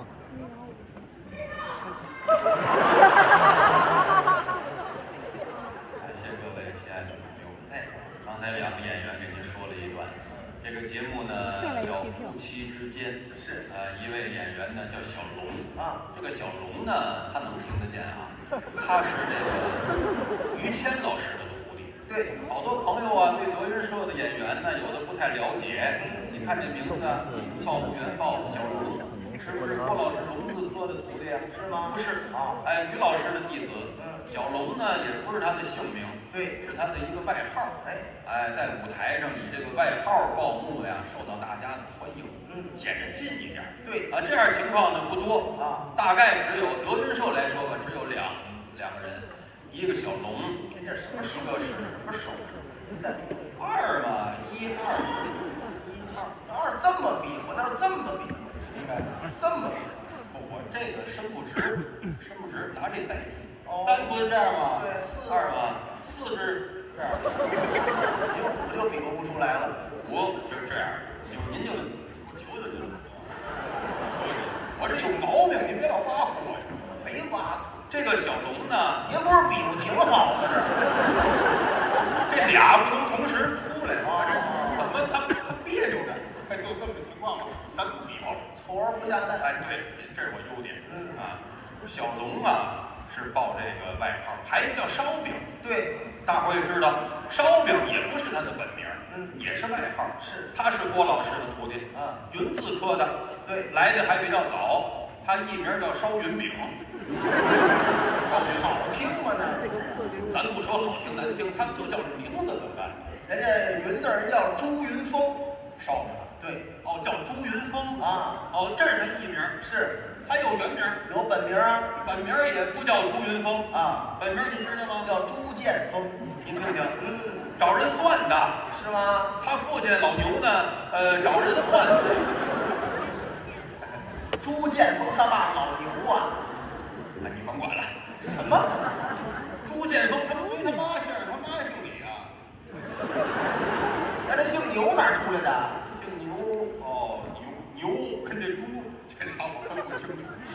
差2笔啊，还收呢，分挺清楚是吧？反正朱建峰的父亲啊，他相信这个，找人家去给算的，专门孩子就叫朱建峰吧。这你学的这是谁呀？算命那个哦，算出来的啊，就是这算命的，其实也没多大学问。怎么了？你想这朱建峰，朱建都疯了，您这孩子，你说小时候长得比较可爱啊，是不是这意思？朱没怎么见过人。哎，朱梅阳，都是你们的师兄弟儿。哎，于老师的徒弟，郭老师徒弟，跟你都算师兄弟。我们叫平辈。哎，他也是郭老师的徒弟。没事儿呢，他喜欢钻研。哎呦，除了相声以外啊，其他方面不是我捧他啊，实事求是的讲，很多方面跟社会咱不比，跟后台演员比都不错。首先来说吧，先说体育，先说文艺啊，先说体育，先说文艺，先说体育，乒乓球买的好，买的好，又便宜又圆，您知道吗？挑鸡蛋，鸡蛋干嘛？乒乓球谁都会买，谁都会买，你得买那名牌，双喜的。对，那名牌的，因为他内行懂，打小就打球，乒乓球，对吧？他那还拿球拍呢。不拿球拍，我拿什么打呀？拿球拍跟拿球拍不一样，有那大刀。哦，大刀，横板、直板。哎，有这个，这叫直板，这叫俗称叫手拍，这是刀拍，直板横打，打球打的。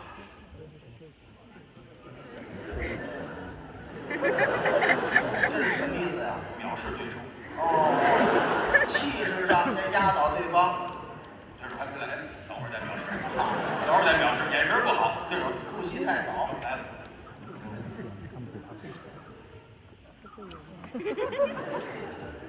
什么意思啊？话术，咱室外打的。现在不让多挺好听的。干嘛呢？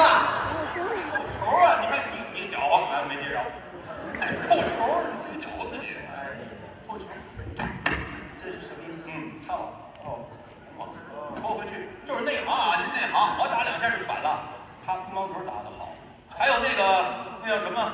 那个台球，有这球吗？有台球，有这球啊，这跟乒乓球不一样，乒乓球是一个球，这是多球制。我叫多球制。多的台球。走，怎么样？灯泡碎了。上打。刚开始练，后来就行了。斯诺克呀，9球啊，黑4的什么的。黑4是什么？就是最后那个黑8、2、4个8呀，反正这他都行，这他打的都好，对吧？对不对？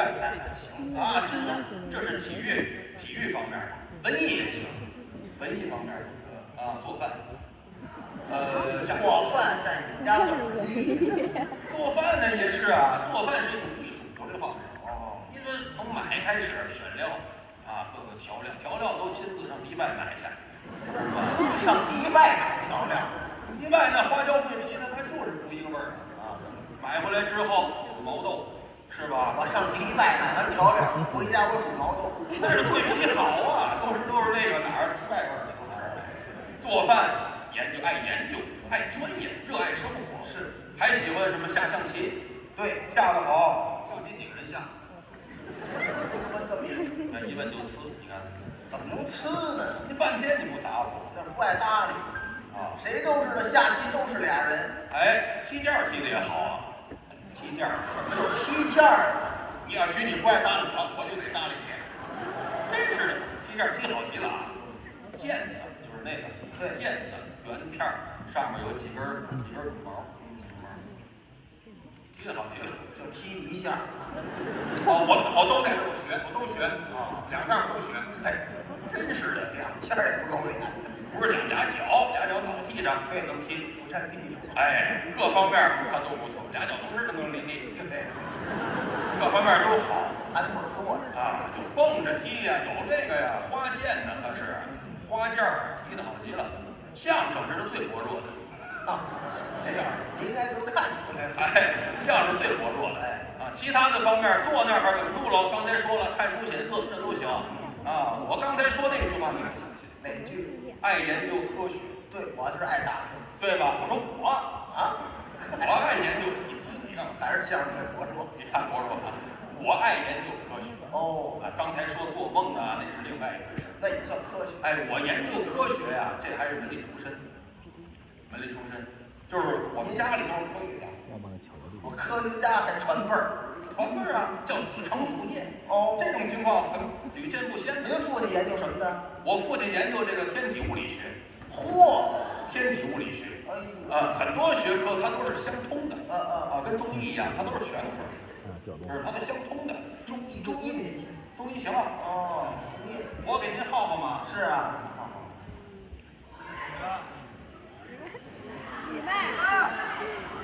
家属来了吗？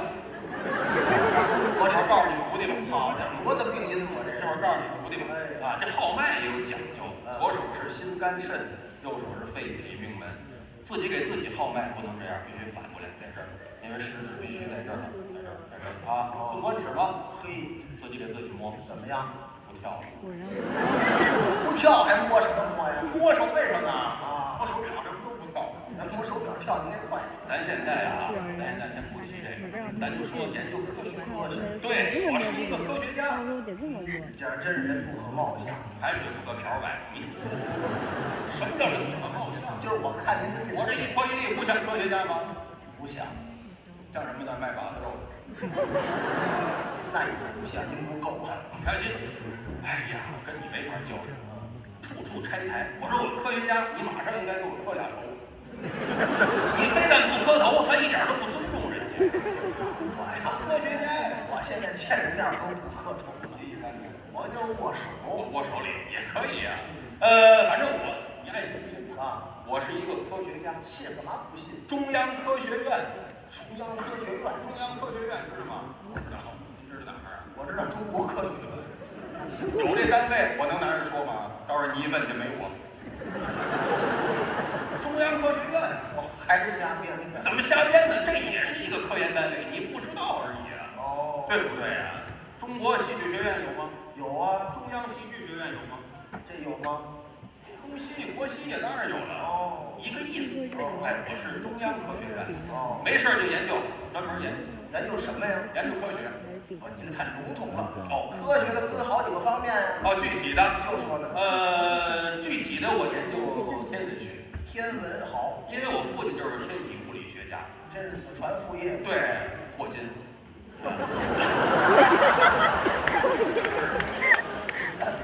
你怎么回事？塞，好家伙，刚了塞。哎呀，要了命了，这玩意儿。怎么了？你怎么了？你搁哪儿了你？不是我您父亲是霍金，你父亲是谢金。特别高的那个，是特别汗都下来了，我没想到啊！你怎么那么紧张？还是热呀？不是，我就是吓的。为什么呀？您父亲怎么能是霍金呢？我那有什么新鲜的呀？那有什么？这有什么不可思议的呢？真是我叫对不起。哎呦，您这个我没听见。对不起，我得尊重您。对，刚才拿我找乐，对不对？我拿我找乐来了。对，我对不起您。哎，真是。哎呦，他是您怎么个父亲？是怎么个过父亲还怎么个父亲？你看霍金是不是科学家？是，而且还是伟大的科学家。对呀，对不对？对。哎，我很崇拜他。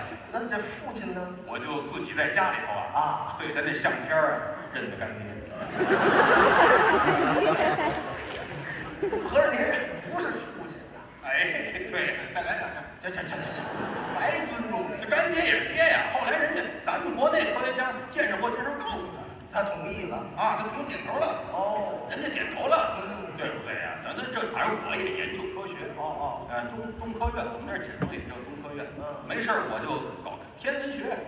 研究。哎，你对天文学感兴趣吗？我爱学。这方面的书翻过吗？我瞎看。哦，航海天文学呀，飞出地球去呀，飞出过地球去吗？没有。我怕飞不回来。这是一本书的名字哦，叫《飞出地球去》。这是上册，下册是如何回不来？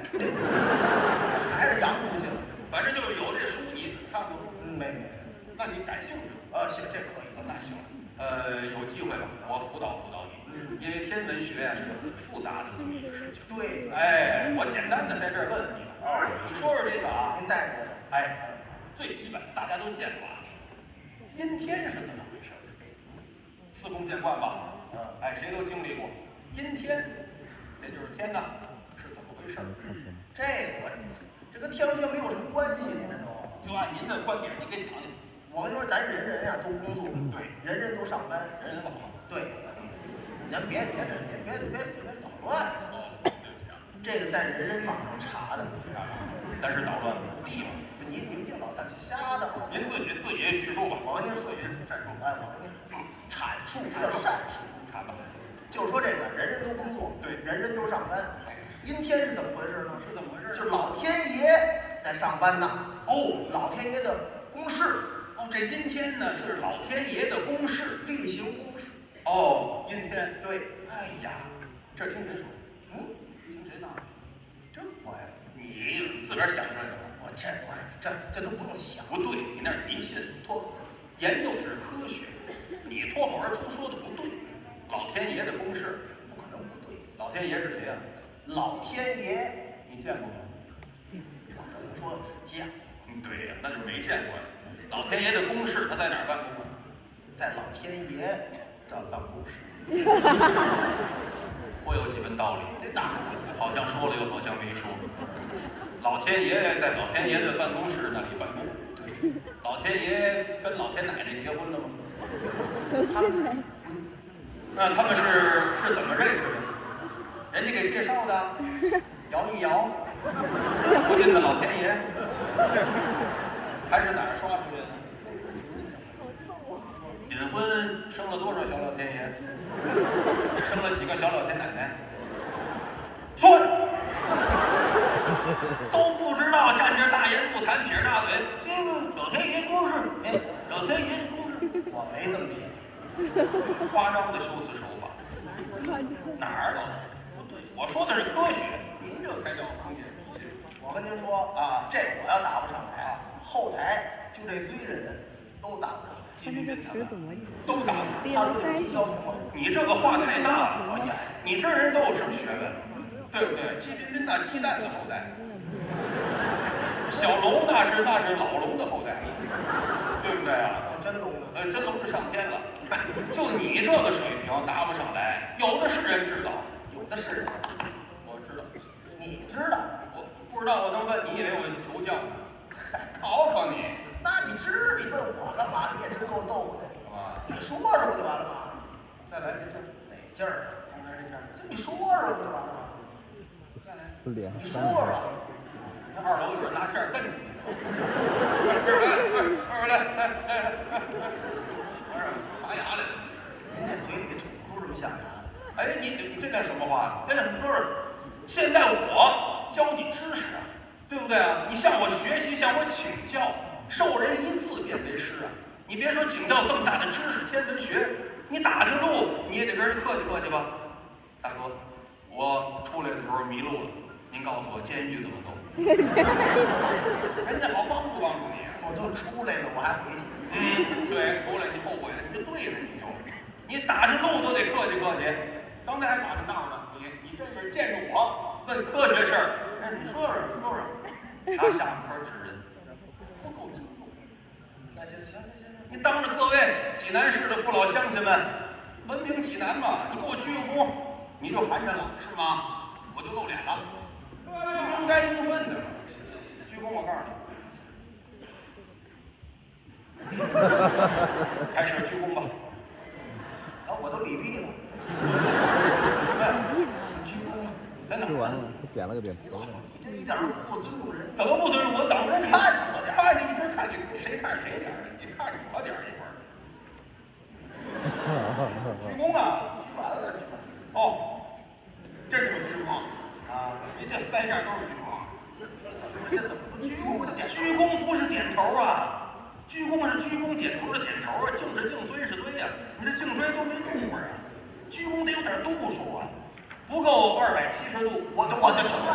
好，我叠过去了，我这度是快叠了你，不够100，反正你得够个70、80度啊，你得够鞠躬啊你。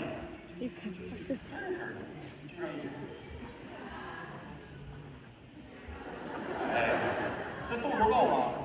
度数够，还够孝顺的，你看。感觉。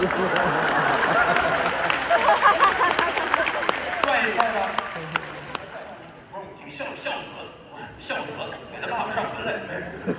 孝子干嘛呢？有点卡粉。具体不嘛？您不让举一个吗？你举几个？送你俩，一个举仨。举仨可以，对吧？那你乐着点，有点模样行吗？什么叫有点模样？人又没模样。刚买的猪头一样，一点表情都没有。这说话这太乐着点啊！鞠躬的时候，这不得乐不劲儿的、美不劲儿的、乐不劲儿的、美不劲儿的，这才对。您先等会儿吧，等着您呢。这乐呀，我能来；对，美呀，我也能来。来呀！这不劲儿我来，不劲儿的就是微笑，来一点乐不劲儿。要不要人真是有的不乐，我多开心！你开心你假出来了，这么大个子，你说怎么长这么大个子？乐都不会，教给你乐苦啊，乐苦啊，乐苦啊！记着点儿话，是乐是不乐，不乐呢就想乐，想乐可没乐出来。乐纹啊，就这笑纹啊，在肉皮里边含着。乐的时候呢，这眼大点，这眼小点，大的这眼滴滴答答，大的滴滴掉那么11个眼泪，那才叫乐。我找找啊，找找。是乐，是乐是不乐？哎，不乐又想乐，哎，想乐还乐不出来，没乐出来。这眼比这眼还得大，大一点就行。大的这个看这大的滴滴答答掉11眼泪，多点也行。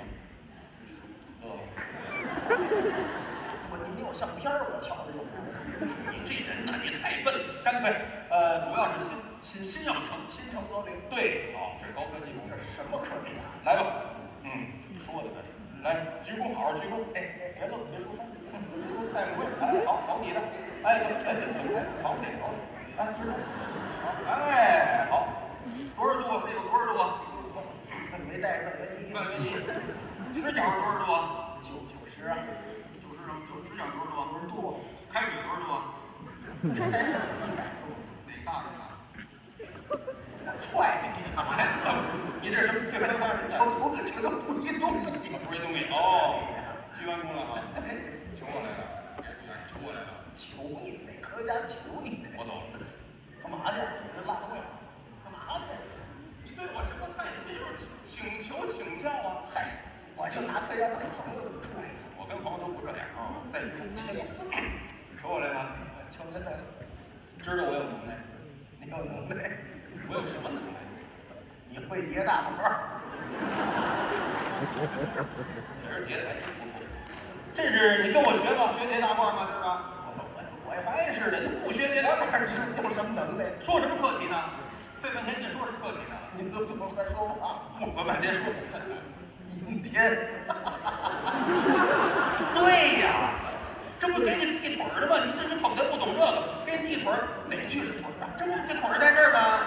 我有什么能耐？这儿我应该说什么？您知道阴天是怎么回事？再来，我不告诉你了吗？喂，您知道阴天再鞠躬啊？小不下蛋，打头来了，对，求我来了，求您来了，知道我有能耐，您有能耐，我有什么能耐呢？您知道阴天是怎么回事？谁说？这不你刚说的吗？哎，对了啊，说对了，告诉你可记住了啊，别这耳朵听这耳朵冒，就一耳朵。以后不管遇到什么场合，高的、左的、挨着板凳说的、讲的、谈的、论的啊，天文研讨会、把子肉品鉴会，甭管遇到什么场合，大伙儿突然之间快点撂下，提出一个问题来，这个阴天是怎么回事啊？在座的300多位全都哑口无言，唯独你，相声演员叫什么？栾云平，栾云平往前这么一站，照我叫的那个话，汤一说，别人都暗挑大指罢了。谁说相声演员没学问？那是他们，他则不然啊！别忘了啊，这个能耐是我告诉你的。您教我的。但是不，哎呦，真够你不就问这个阴天吗？怎么回事呢？就是要下雨。下去，哎，给高背叠大褂去。好家伙，磨合半天，阴天就要下雨，那晴天有太阳啊！哎呦，能耐见长，就长这能耐。拿人开玩笑，拿谁开玩笑？让我是居四公。找你一个啊，我钱来了，事儿真多，您这是，就是阴天就是要下雨啊！阴天下雨这是气象学，阴天不属于天文学啊，这就是水汽的蒸发，到天上待不住了，怎么办呢？哎，就形成了降水。我就老待着。对呀，这有什么可解释的呀？对不对？其实我真正不让你相信，我最近的科研成果，干脆我无条件的过给你。什么叫无条件？就不找你要什么哦，什么也不要啊，直接过给你。那你得教点真东西，正格的，你别给我开瞎道。呵，好，瞎道就到这儿了啊。教你点什么呢？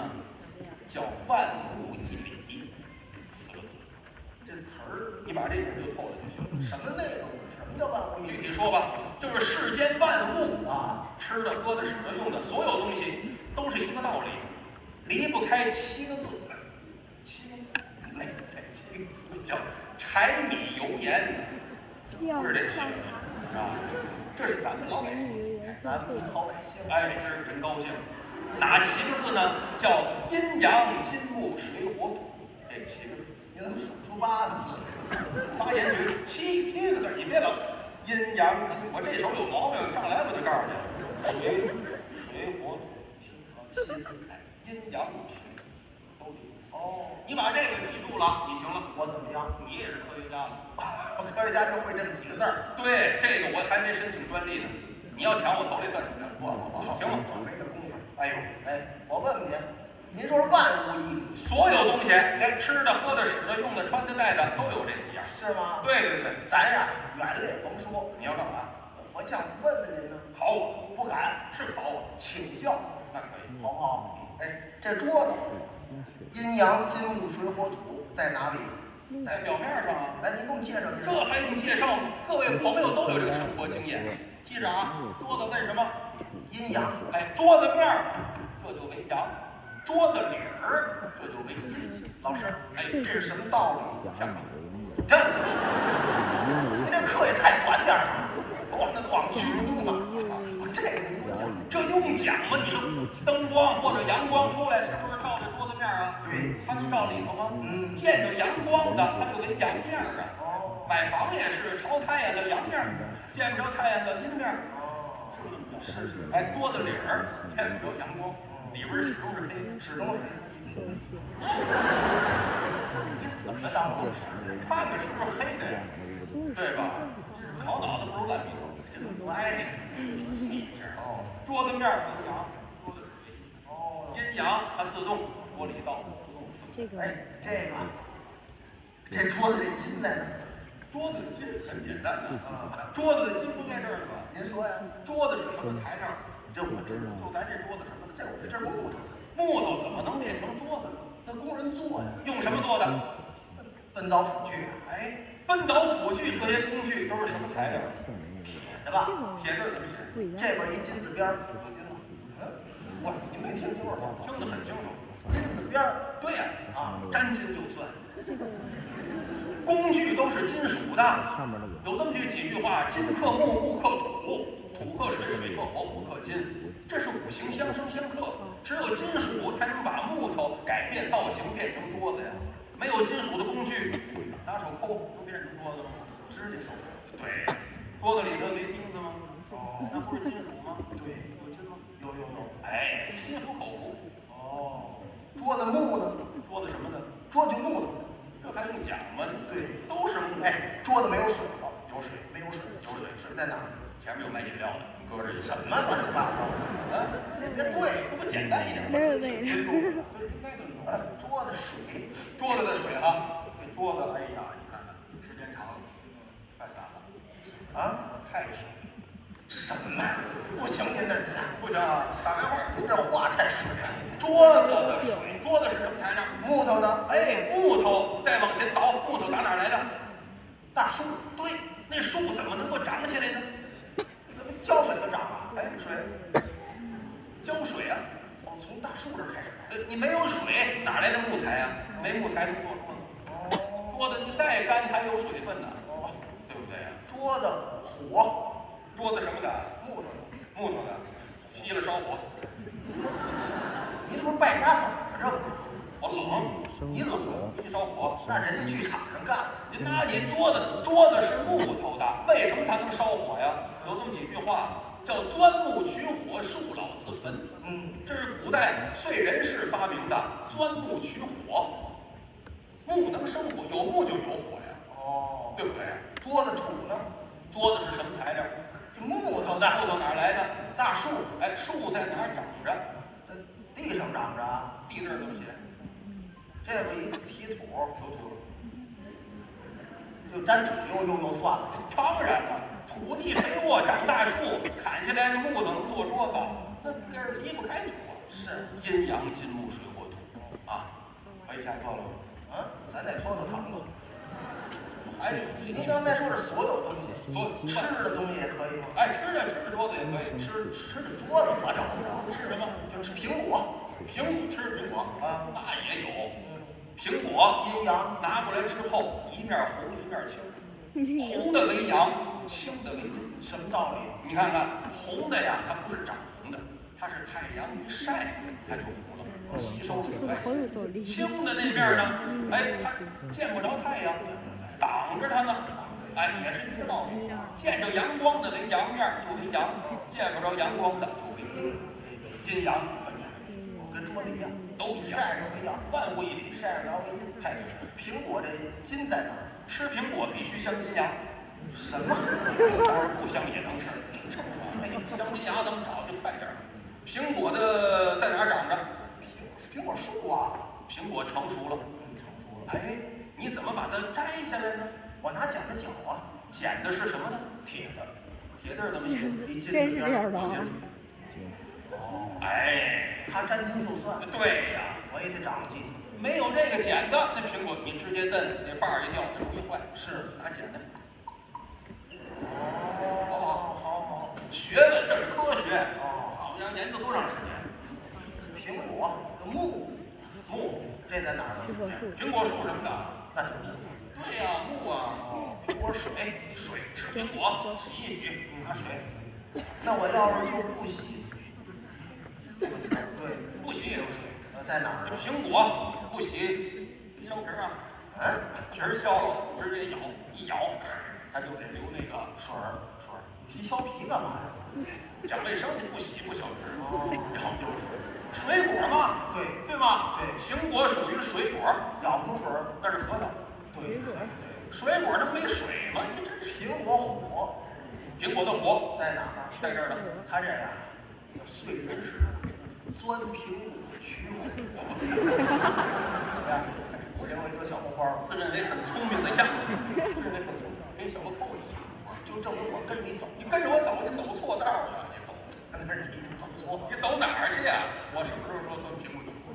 刚才您说钻木取火，我还对啊，话你话你是跟着我走去啊，自个儿走去。钻木取火那有啊，苹果一钻不烂了。苹果的火打这儿来，大哪来？你有几只手？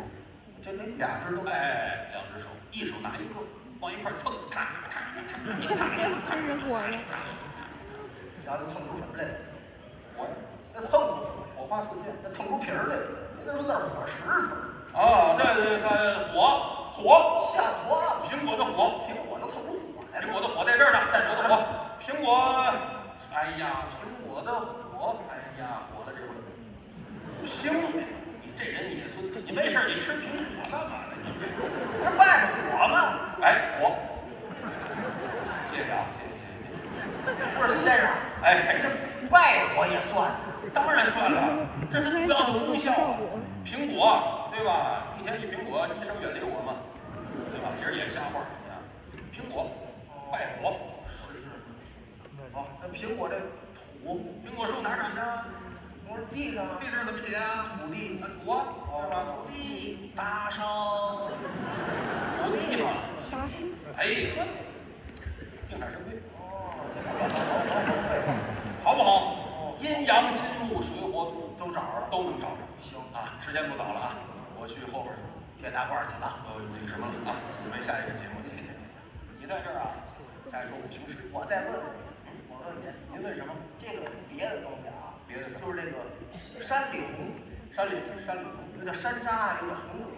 哦，这东西阴阳在哪？这东西挺有意思的。阴阳在哪？还问啊？反正人家都没有效果了，你还问？你这个人真是灵活运用，你师傅没告诉你啊？什么呀？对吧？只要观众不乐，马上找你，你有这经验吗？别问了，咱就到这儿了。什么就到？其实这就是不可因什么的，这是一个知识性的你干嘛的？这是一个你干嘛的？你教授这上课嘛，这不是好比拿着教鞭呢？行了，你把这教这是一个知识性的节目，您听百家讲坛，没事您坐这儿乐，那是他吃力的，对不对？这等于上课一样，上课人家听不。我现在就问你，山里红，阴阳在哪儿？非问啊，你非问哈，非问哈。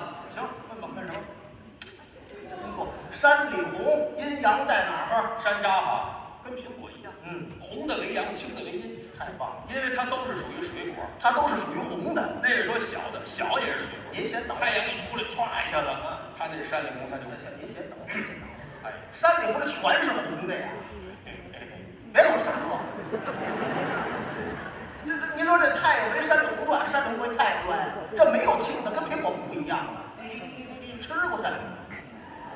山里红，它这个全是红的啊，说不上来就上头。哎呀，山里红这个东西，这是哪兔崽子找的？你说这出言不逊，就这话。山里红全是红的，全为阳。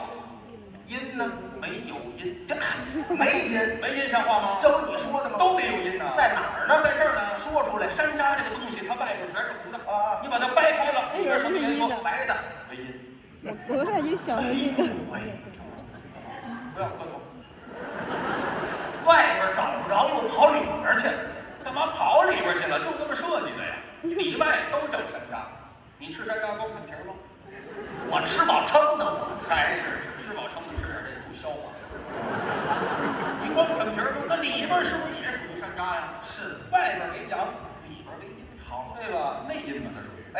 山里红，山里红，这个金在哪儿？哎呀，你这人呐，死轴子。山里红呢，跟苹果一样，都是水果，按那个套路就行了。你给我套了。它跟那个苹果它是一样的，注意听着啊，都在树上长着。是山里熟了之后就拿剪子往下绞，一套就给你套了就行。别废话，一套就。山里红是熟的，对，但跟苹果的摘法不一样。拿剪子绞，我不拿剪子绞，那怎么下来？我拿竹竿帮。拿竹竿帮。我是希瑞，您是希瑞，甭管我什么瑞。山不拿剪子绞。哦，拿个铜杆，铜杆在这儿。呀，铜杆儿，你比我会铜杆，竹竿儿，竹竿有铜把，什么？铜把没有，上下全铜，中间中间儿铜，就是这个竹竿，哎一打那都烂了。我就爱吃这烂的。哎，当然也不烂，是吧？不烂的时候怎么办呢？掉一大堆，你就拿一个杵过去，铁的，然后呢，拿杵过去了，黑白铁，不过您得收起来呀，你搁哪儿啊？戳喽，什么的，竹的，对啊，拿笸箩都收起来了，收起来一大堆，这个东西你看着它就不行啊，你得吃，是对不对？摘不就得吃？哎，你吃。过去啊，吃不了的时候你往外卖。对，有一种叫大挂山楂，大挂山里红，一挂一挂拿线儿穿起来，挂在脖子上，挂胳膊上这么卖，有没有？是，你想这道理啊，接着就来了，在哪儿？拿棉线穿，这个线呢，它是非常软的，对，山楂很硬，很硬，这么软的线直接穿不过去，没戏。你得拿东西给它带过去，必须得带。你是拿什么把这线儿给带过去的呢？我拿竹签儿带过来的。竹签儿，拿针吗？不，竹签儿、牙签儿也行，就那玩意儿。竹签儿不行啊，竹签儿就打竹坯子劈下来，对，它没有尖儿啊。是竹签儿那个尖儿，你是拿什么刀削的呢？我是地上蹭的。地地字怎么写？这边一个土，哎，有土了，先记着这土啊。我都没问你。我别着急，咱找哪个算哪个。凑然后这不行，地上蹭的蹭不了那么尖的，那尖儿你是拿什么削的呢？我拿玻璃咔哧，玻璃小玻璃咔哧，哎呦，玻璃咔哧，行就行。它心在哪？你别着急啊，你找啊，一大挂的，你得往外卖呀。你卖多少钱一挂？我卖1块。什么？1块？不对，你这话没说完呢。1块什么？1块？1块票？1块票？1块钱？1块票？1块票？1块票是哪儿出的？中国人民财政部。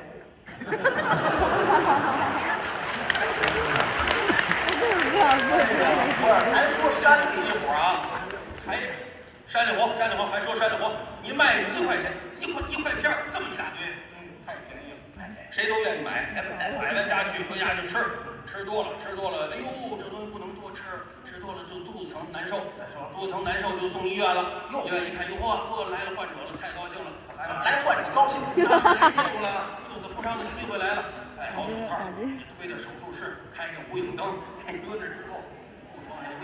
当时就要给你啊拔罐子，拔罐，肚子疼拔哪儿？拔罐子，拔肚脐眼儿，拔罐子，拔什么罐子？就拔这个就胶皮罐子，连火罐子都不拔。有火了，你接着火。哎呀，差不多就多半就可以了。心在哪？心在这儿呢，你老是推病，哎呀，又是一个恶魔王啊！你看，我跟你说啊，他这拔罐子属于中医，对吗？我问你山里胡对吧？我这挂号来，对吧？对，中医，我给你介绍一大夫，谁拔罐子的天下第一拔？天下第一拔金铜铁。什么？金大夫，您行了，他的这个，您这都矿产。金铜铁不错，我跟你说，我不需要，不需要。介绍大夫，我就随便找一大夫就行了。叫什么呀？叫着呢。哪个大夫？就王大夫，王铜铁。王大夫，王大小，王大小，听着大夫手艺就好不了。王大小大夫。哎呀，就把这就治完了。筋在哪？筋在这儿，别着急。他除了这个大挂山里胡以外啊，还有这么一种制作方法，看你见过没有啊？这叫冰糖葫芦，有没有？冰糖葫芦有。哎，糖葫芦大家都见过。糖葫芦这个东西，你得把这个山楂呀拉口去核，往里面加馅儿。对，有没有？那当然了。它这个山楂这么硬，它这个口你是拿什么刀给拉开的？我拿馅儿勒。你们俩祖传就是勒山柳，拿馅儿勒，一勒一口，不拿刀。那勒完之后，那核你是拿什么勺扒拉出来的？我拿手抠的，我拿手勺的，拿手指头抠出来。对，太脏了你，又不好吃，你太脏了你。这抠完弄好了，穿好串儿。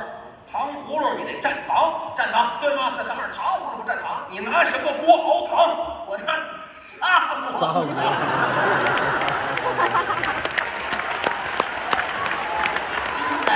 砂锅。哎呀，砂字怎么写？石字边儿少，锅字呢？这边一金字边儿，哎，有劲了。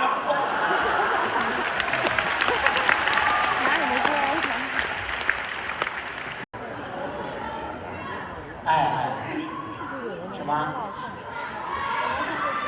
话筒太高了，我歪得下来啊。他有劲儿，站起来说没跪着。这个太高兴了，我们能参加老师的这个专场。对，大新年的这个兴奋，我们很激动。走上舞台呢，可能大家对我们这个还不太熟悉，都不认识。我们做一个简单的自我介绍，得这样，拉近我们之间的距离。好事儿，我叫尚小菊。哎呦，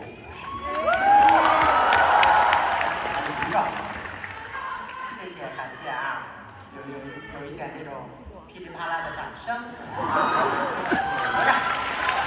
有点稀里哗啦的掌声。谢谢，感谢，很热情观众啊，齐全台。后面呢好像没有鼓，是家里不让吗？后面的鼓。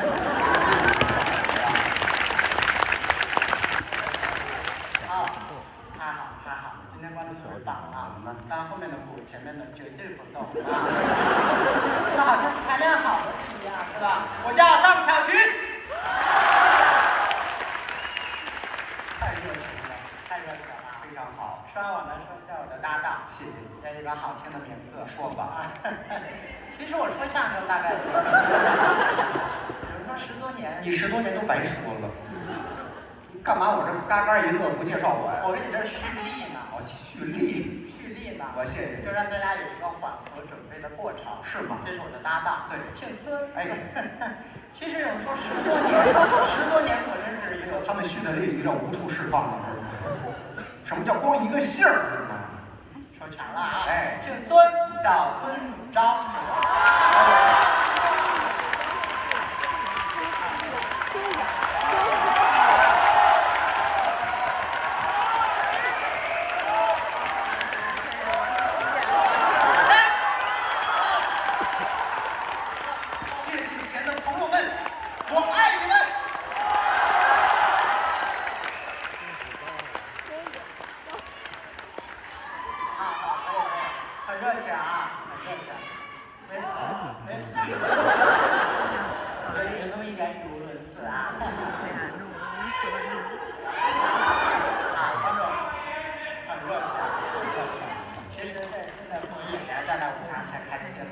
我们说完自己的名字，为的是什么？为了掌声与呐喊声。我们爱这个，对吧？其实您的掌声给我们台上哪个演员其实没有那么重要。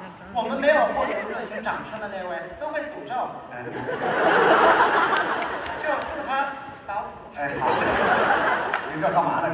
这就是来说就是挺开心的，高兴。包括现在大家走进剧场啊，这么大的剧场听我们说相声。都是因为我们这个德云社明星大腕儿，今天的2位老师您认识，您毫不犹豫地走进剧场听我们这儿说，不认识人不来。我最近研究啊这个流量跟这个火爆程度这件事情，是吗？我发现咱们单位啊，这些火的这些人怎么了？名字的最后一个字儿都是2声，这就很容易火。不是这样吗？你看，比如我心目中的奶油小生，粉妆玉砌、傲骨英风的翩翩少年岳云鹏。你先等一会儿，岳云鹏奶油小生，那大屁股圆脸对得起奶油？奶油就那种脸才费奶油呢，不像话，是不是2声吧？岳云鹏啊，今天的主角栾云平，2声。对，张云雷，孟鹤堂，郭德纲，饶孔，哎，孙宇，你等会儿，这怎么到我师傅这儿还吐了？哦，都是2声，没听说，愣来。所以说这个演出下一个甭管几声说的好，大家就爱听，那都是好演员。您看，您通过什么平台，网络包括也好，书本也好，知道我们是岳云鹏所讲相声卖票，尤其现在这做广告特别方便，网络上打一打广告，电视上打一打广告啊都有。大家知道，熟悉了，不像过去啊，高老师是我们的老师，早期我们说相声，高老师教我们。总教习啊，当时就告诉我们一个什么问题呢？你说早期宣传没问题啊，那会儿不行，哎，不行，什么意思这是？不行哦，那不行。那时候干什么呢？单凭这肉嗓子吆喝，哦，又叫叫卖啊，声音越大，可能知道的人越多。那倒是，他没有什么网络呀、平台呀，很少。然后过去这个卖菜的，现在卖菜的人想去哪儿买菜，想买什么菜，手机一查都能查，你就知道好啊。过去来说，这卖菜的没有固定的摊位，哦，走街串巷就是吆喝呀，吆喝。卖菜，告诉你这菜都有什么啊？一般这个年轻的小伙子啊，挑一个扁担是，前后各挑一个筐啊，俩筐啊，前面筐里搁着菜，哦，后面筐里搁着石头，吆喝出来的声音，我说你先等会儿，前后俩筐，前面搁着菜，后边放着石头，对，卖，为什么要搁石头？掌握平衡。这是为了掌握平衡。掌握平衡啊！那你后边要是也放菜呢？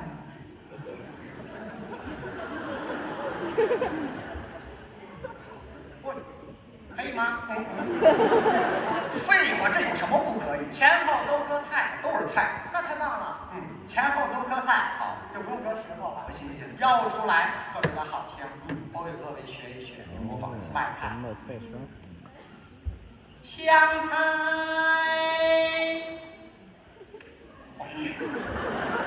突然来了，我得考考你。哦，听懂什么菜了吗？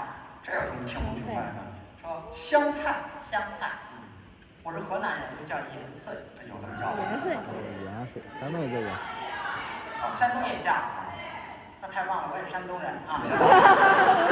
张嘴就说呀，因为我的妈妈是山东人。行了，他们都说了好几遍了，他们演过了，但是我爸爸是山东人。换汤不换药啊，都叫盐碎，那挺好的，那挺好的。你家下课就吆喝盐碎就行。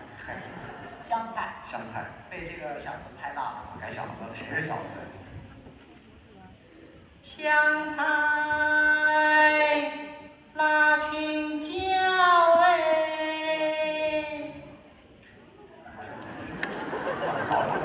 他再考问你，这后边这个菜知道什么吗？辣青椒，辣青椒，哎，香菜，辣青椒是。一般就卖这两种菜。你要就卖这两种菜，后边是得放一石头。我说给个石头吧。怎么老有这石头？你还让我拿出去？别拿出去，你后边好多菜都得要我。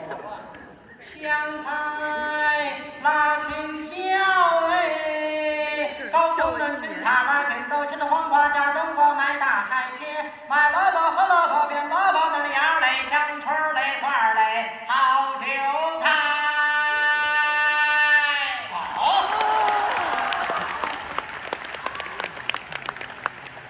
秀出一嗓子，是站在这儿，报出全都听得到，嗓门这么大。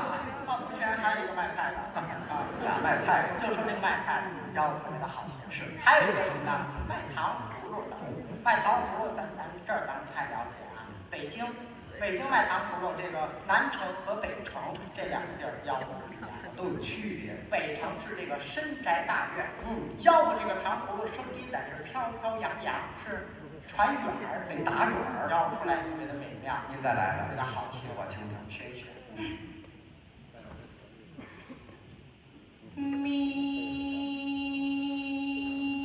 好听，哎呦，好听什么好听的？自己美来的，好好吆喝啊，别陶醉了，好吗？还有点享受呢。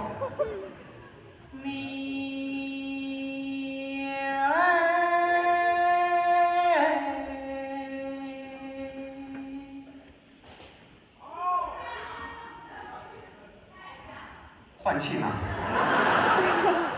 太紧了，这是太严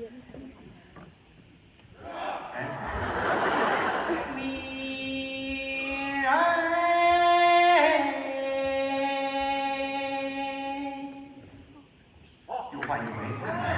冰糖葫芦来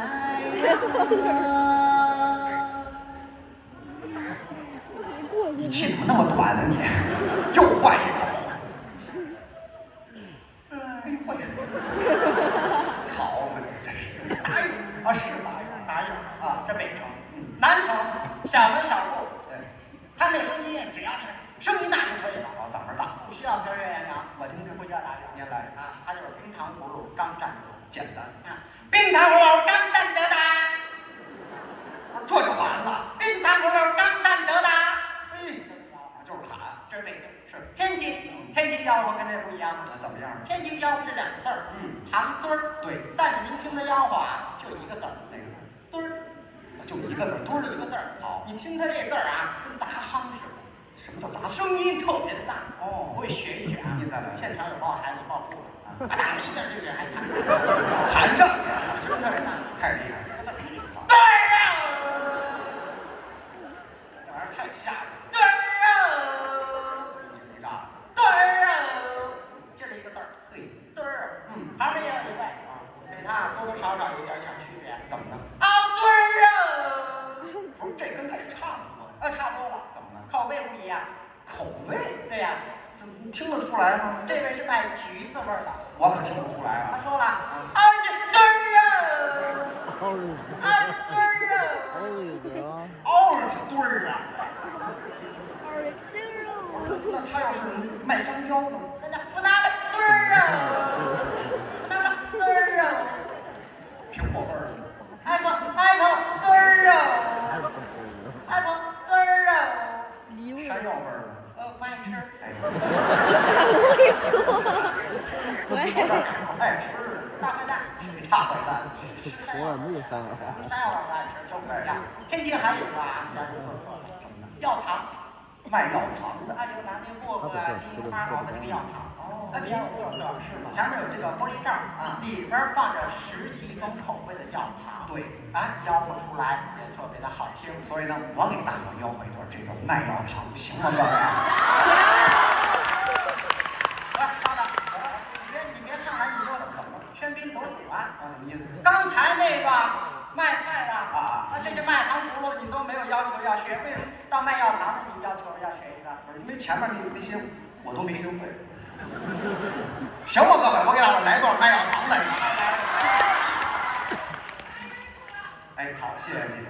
卖药糖哎，谁还卖我的药糖哎？橘子还有香蕉，山药人丹，卖的卖，烧的烧，卖药糖的又来了，吃了嘛的味儿啊，有了嘛的味儿啊，橘子薄荷冒凉气儿，吐酸水啊，打饱嗝儿，吃了我的药糖都管事儿，小子儿不卖，大子儿一块。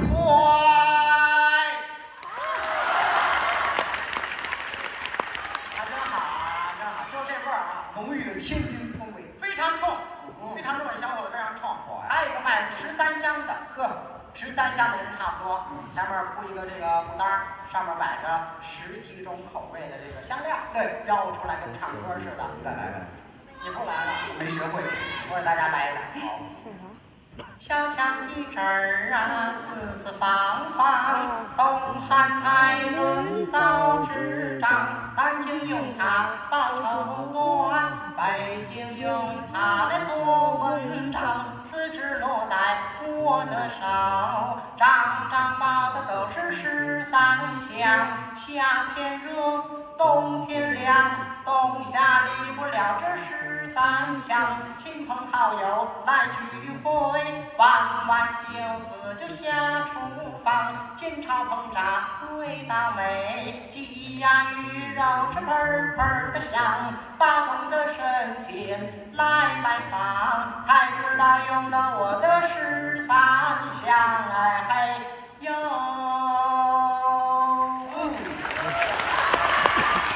卖这个13香的，哎，还有一种比较特殊的，什么呢？卖故意的。什么叫卖故意？说白了就是旧衣服。对，现在大家不会买这个旧衣服了。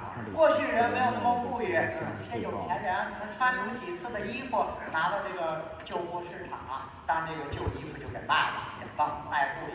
每个地方都有，是有什么北京故意，有山东故意，有上海故意，有河南故意，有河北故意，有还有这个故意，哎，没有。什么叫故意？故意就是2个人对口的故意。哦，明白了，一人一句，你有来言，我有去语。一个撒谎的，一个圆谎的，最后一个找钱的，一个算账的。明白了，这么一个形式。咱们给大家这样。说呢有点干，是演一回这个对口的故意。一个撒谎，一个圆谎。我来这个掌柜的，我负责撒谎。不是我来这个，你来小伙计啊，您负责圆谎。不是我可不太会，不会没关系啊。最后您就顺着我这来就行。顺着您来啊，小伙计多一个事儿啊。什么事儿？到最后还得找钱算账。算数啊，那没问题。算数你行吗？太行了。后台有一外号叫“算数大王”。真的假的？你就是算术大王的。对，算术大王没有帮，没有帮。算术大王，算术我行，没有帮。那咱来一回，来一回。一人啊，拿一个手绢搭在这个胳膊上，这好比就是那旧衣服，是那马褂。哦，咱们就卖这个。来，你跟着我来，跟着你来，很简单。卖布头，知道吧？郭德纲的卖布头的。搭了马的褂儿啊，搭了马的褂儿啊。我大马褂，你就别大马褂，我跟着你，你别跟他那么近。那我什么意思？你往下腰。你说往下腰，明白啊？来来来，搭了马的褂儿啊，二了马的褂儿啊，忘词了。三了马的褂儿啊，四了马的褂儿啊，五了马的褂儿啊，六了马的褂儿。好了好了。马褂排队来了，你这使到什么时候啊？你让我往下，我说大马褂，你说它的用处，你别数字一个一个往下接呀。马褂什么用处？那不就套在外边儿？什么？套在外边穿的？都说了，唱出来呀。怎么唱？套在了外边儿啊。这么简单粗暴吗？很简单。哦，唱出来行啊。搭了马的褂儿啊，套在了外边儿啊，没有袖子啊，没马褂没袖子，不是坎肩儿吗？你唱啊，这我怎么唱？那是坎肩儿啊！你唱多写什么玩意儿？没袖子那么成坎肩儿，你唱啊！你要这样，咱各创作的谁也别管谁。我早就不想理你了，不就这个吗？你唱，你不用给我解释。来，你不用寻求我的认可，没有必要。行，来。郭德纲哪儿？搭了马的褂儿啊，套在了外边儿啊，没有袖子啊，那是坎肩儿啊。都这谁不会？你是不是有情绪啊？我带。搭了马的褂儿啊，套在了外边儿啊，没有袖子啊，那是坎肩儿啊。买裤子啊，两条的腿儿啊，一条腿儿的呀，那是裙子啊，三条腿儿啊，裙子套裤子啊，四条腿儿啊，两个人穿的，五条的腿儿啊。那是手套啊！手套你就出来了，什么五条腿的裤子？行啊，你这个脑袋还挺机灵的。接下来找钱算账行不行？没问题呀，那咱就来了。来，我要买袍去呀，有个领子啊，有个袖子啊，有了面的花呀，对儿那个对儿啊，打了面的对儿啊，它怎么那么厚啊？亲娘婿的呀。后娘当的呀，当多少啊？5、6毛啊！1块1呀，我给你2块2啊，我找你1块1呀，我给你3块8呀，找你2块7呀，我给你168块3毛2分5啊！刷卡不啊？没有 pass 机，您这都什么账头？你怎么刷卡都出来了？对了，就您这账头，没人算得上来。就这个账头，我就能算上来。你能算上来？当然了，我说你算来呀，我给你122块3毛2分5啊，算，我留下1块1呀，剩下都给你呀。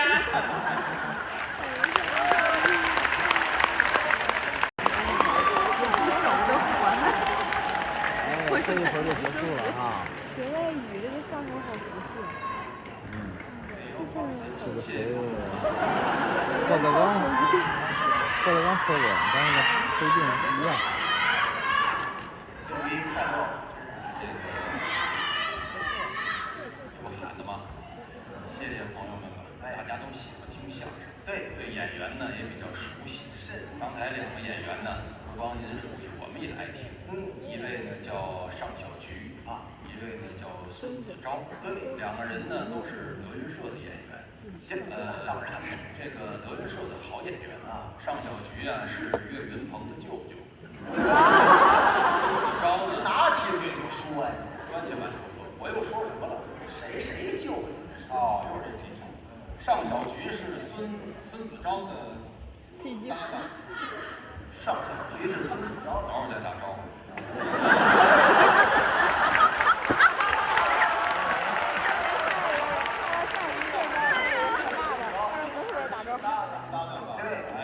岳云鹏是尚小菊的师傅，对，没错吧？对。哎，您发现了，郭老师的再传弟子中间都是这个小字儿，对，竹字头啊，然后一单立人，一竖，这是一文，对，小，对，高小贝、侯小楼、尚小菊，他们都是郭老师的再传弟子，对吧？他是岳云鹏的徒弟，孙子钊呢是这个孙越老师的是儿子，徒弟，都姓孙，咱具体咱就没敢细问，知道吗？现在都算徒弟，他的徒弟的儿子的岁数对不上。哦，嗨，这玩意儿谁好说呀？岳云鹏、孙越就是搭档，对，他们的徒弟又在一块儿搭档。哎呦，这种现象在相声界还是挺普遍的啊！我以为您说不多见，怎么不多见呢？怎么不多见？我就问问你。还有，那小龙跟秦彬彬不也是这情况吗？哦，小龙是于谦老师的徒弟，对，纪晓彤是郭老师的徒弟，对。今天来一共这么几场，就两种这个情况，还不多见哦。所以说呢，这个现象呢，在相声界其实也有很多啊。郭老师、于老师是黄金搭档。他们的师傅侯耀文、吐鲁番也是好搭档，这就3代人这么合作。吐鲁番是谁？这人家丧良心，人请你喝过酒的。侯先生的老搭档，对吗？那叫石富宽。你怎么直呼其名呢？你加个先生2个字，说明你对他的尊重。你得那也不能叫人吐鲁番。说侯耀文先生啊，去过吐鲁番，哎，对吧？他那老搭档，我当然知道姓石啊。对，叫什么？石富宽。石富宽老先生，哎，现在还活跃在舞台上呢。有的时候啊，经常演出，当评委，搞讲座。不光能说相声，还会唱快板。对，石先生非常了不起的艺术家。哎，但是遗憾的是什么呢？侯先生早些年就过去了。对，哎，有喜欢相声超过20年的朋友，您才有印象。侯耀文先生啊，2007年就去世了，到现在您一算，多快，已经是17年了，啊，去世时候岁数很年轻，才59岁，59岁，英年早逝。后来我们在惋惜之余一查资料吧，对侯耀文先生又多了几分敬佩。怎么？为什么呢？侯耀文的师傅叫赵佩如，赵先生就是59岁去世的。真是，你可以查去。侯先生立志在岁数上别超过10。你看哟，我也59了，我猝死吧。就这么孝顺，侯耀文猝死了。现在就看郭德纲的态度。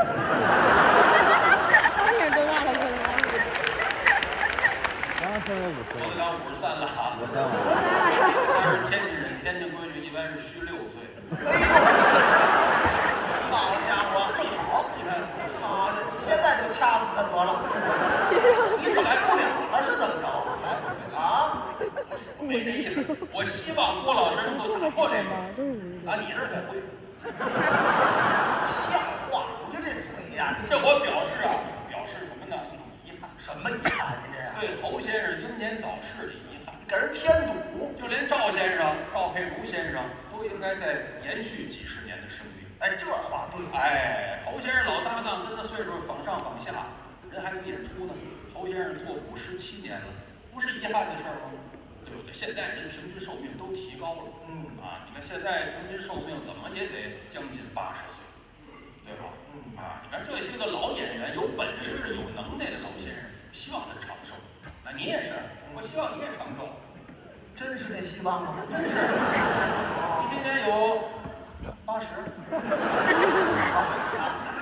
您什么眼神啊？我希望您活到80，80岁就可以了。这样，别拘束，别拘束，拘多了不合适。好看，这做了您自己介绍吧，您今年多大岁数？多大岁数？97。哦，哎，这多可气呀！因为97干嘛？多大岁数？看着我，哎呀，活不到，但是以后不如活半年。40岁，好，了不起，40岁，你看看这意思。40岁有什么了不起？了不起，我活40不容易。哎呦，人过45来稀嘛。没听说，没听说。有这句话吗？33、44，阎王不要死。人过70来稀这话。人过70不来稀，70叫补稀啊，补稀之年。40叫不惑啊，对吧？到40就不能瞎霍霍了。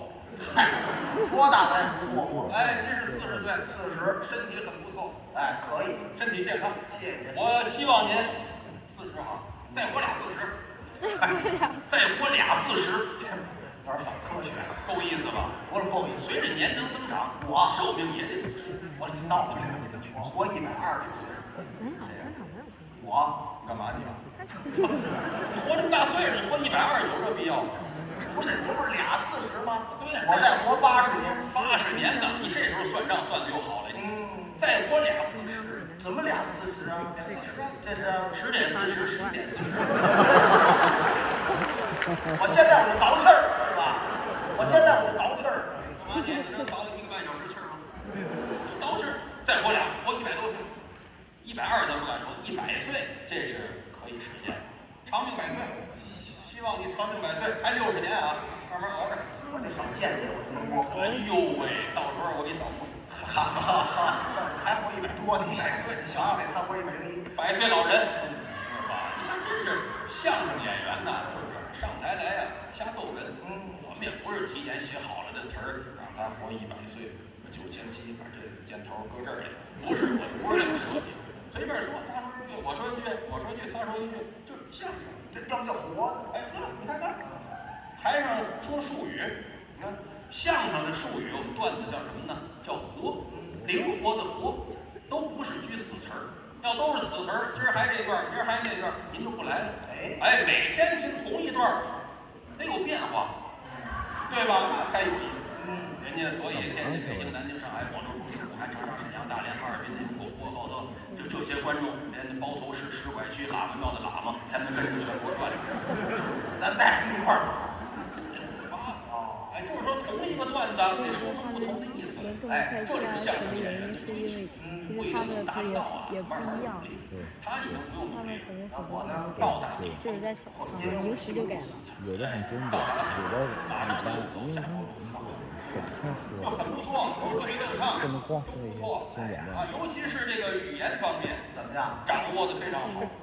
因为相声啊，都是说自己是语言艺术家，而且瞎掰，就是把说话呀研究研究，精炼精炼啊，多会说呀几门方言，这就是说相声的。学习吗？说学逗唱，其中有这个学字儿，就包含着学地方方言。您对学方言熟悉吗？我知道点儿。您是哪儿人？我北京人。太好了。怎么？北京人大伙都熟悉啊，上过初中历史的您都有这知识。一翻开封皮儿，你看里边就有大照片儿。我说刚求人，北京人我就挖出来。是个背头的，您是背头。那北京猿人没有猿啊，就仨字儿，北京人。翻篇人，蓝田人，元谋是山顶洞人。别废话，对吧？别废话。我是变过来的那个。我是现代人。哦，现代智人吧，现代智人。好，那你北京人，您是在北京市出生？对，在那里成长。对，母亲是济南的。对，不对？我父亲母亲哦都是北京的。北京人，北京又分好多区啊。对，您具体哪个区？我是朝阳区，有这区。有这区。朝阳区，朝阳区是107。什么意思？身份证。朝阳区是105。105。哦，105 110，北京吧？110-105-104-03。行了1984。干嘛？你要我改签是不是？对，我准备给你改签到西伯利亚。好，那个太过分了，不是？就是这个身份证，谁都有身份证。身份什么？身份证，儿化音，身份证啊，身份证。我没听过您这儿化音，您这叫天津口。不天津口，唐山口，老头那谁，他们老这么说啊。咱有身份证，每个人都有身份证。他那身份证就是那两面说相声，哎，对了，两面煎的，他这是鸡蛋，鸡蛋干嘛？身份证是鸡蛋，不是两面煎的吗？两面咱得说明白了，哪叫正面？有照片那面叫反面，叫背面，写着居民身份证那是正面。这就是知识。哎，所以这你别不相信我啊！你要不信呢，我再骗别人去。嗨，我这还当真了？真是真的，真是有字儿那面是正面。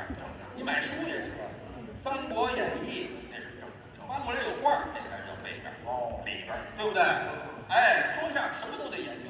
北京人对北京话可以说是手到擒来，就是信手拈来啊。那我小时候学的说的都是北京话，也不会别的语言。对，北京话你要把地方方言土语去掉，就叫普通话。是，老北京话很多方言土语，到了外地，到咱济南呢，到天津，不见得听得懂。比如说吧，这么一句话，昨天我去找你了，你没在家，等了半天你也没回来，我一看没有希望了，我就走了。没有希望，哎，你没希望，你才没希望。这是普通话，大家听得明白。要说北京话，听着费解。北京话您再来来，得这么说，怎么说？昨儿我搂你去了。什么叫搂我？看不叫看，叫搂啊，木字边一个那个楼叫搂。昨儿我搂你去了，你没跟家忍着呀？溜溜等你一天，压根儿你也没回来呀。我一看褶子了，我就撒丫子了。啊，撒丫子，这都是北京土语，不好理解。哎，所以得翻译过来变成普通话。老北京说话还比较啰嗦，啰嗦啊，就是主语、谓语、宾语、主词、副词、连接词、感叹词、主谓宾、定状图啊、主系表，弄得特别清楚，弄得特别很简单的事儿，啰嗦没完没了。真的，我给您举个例子。举个什么？举个例子。举个例子。你以为这词儿？我给您打个比方吧，打个比方。比如说啊，我开始举例子了啊。这个模糊。哎，一个院子呀，大杂院儿，这个屋啊住着一家，这屋住着一家，这两家呢还是哥俩住俩屋。哥哥在东房住，兄弟在西房住，半夜都睡着了。是，这屋门一响，出来干嘛？上卫生间。这屋听见了，有几句对话，你一听，老北京话非常啰嗦。您学，半夜睡着了啊，这屋门一响，那屋听见了，哟呵，先来一感叹词。哟呵，黑更半夜的门响，这是谁出来了？一声都不言语，怪吓人的。你瞧，比较啰嗦，回答比他还啰嗦。啊，是我您的哥哥，我出来撒泡尿，没有外人，您歇着您的吧，倒甭害怕您的，还得关照关照。大半夜出来可配件衣裳啊，要不然天儿挺凉的，冻着可不是闹着玩的。明天一感冒，后天一发烧，大后天可就全完了。全完。您放心吧，哥哥，我这陪着衣裳呢，撒完尿我赶紧就回去，您歇着您的吧，有什么话咱明儿见吧，您。啊，跟散文一样，字儿不少，4句话加一块儿得有300多字，反正是不少。对，哎，这比较复杂，不简单是吗？精炼以后的普通话说这点事儿，还是4句话16个字解决问题。那一句话才4个字。哎，半夜睡着了啊，是，这屋门一响，那屋听见了，这是谁呀？ 4个字，回答也4个字，是我呢。你干嘛去？我撒泡尿。哎呦，这个简单，也这点事儿。对，不算最简单啊，还有比这省事。这是咱们山东话，好，尤其是胶东一带，这个过去叫登莱清啊，那边那个话说出话来更简单，是12个字，那一句才仨字，3个字一句。您学学吗？半夜睡着了啊，这屋门一响，那屋听见了，这是谁？回答也3个，这是我。上哪儿去？上厕所。去上厕所。那山东话到外地省去啊？哎，山东话省事，有比山东话省事的。上海话，上海了，8个字，嚯，2字一句。哎呦，算出来吗？半夜睡着了啊，这屋门一响，那屋听见了，3年，我呀，3七，3四。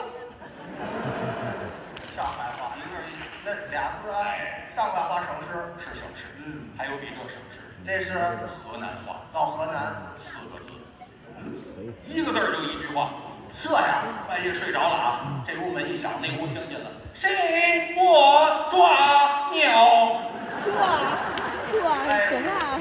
看来这河南话呀是最省事的。您这个“最”字不对，有比这还省事的，这是哑巴。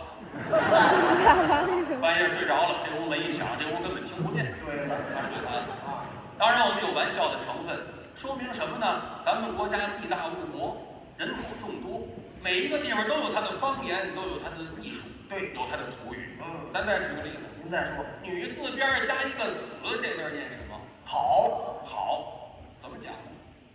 嗯，我老这样什么意思呢？这个字儿有讲法。这好就特别棒，哎，对，太好了，特别棒，太好了，这不是？特别棒，特别牛，啊，特别好。他也讲不上来，大家都明白。哎，到了这个普通话这儿就说好，相声说的真好啊！上小菊、孙子昭俩人说的真好，叫好。对，北京不叫好，北京那儿北京要说这相声说的很满意，叫逗。逗，哎呦，这相声真逗嘿！这喜剧电影演的真逗，真逗，真逗。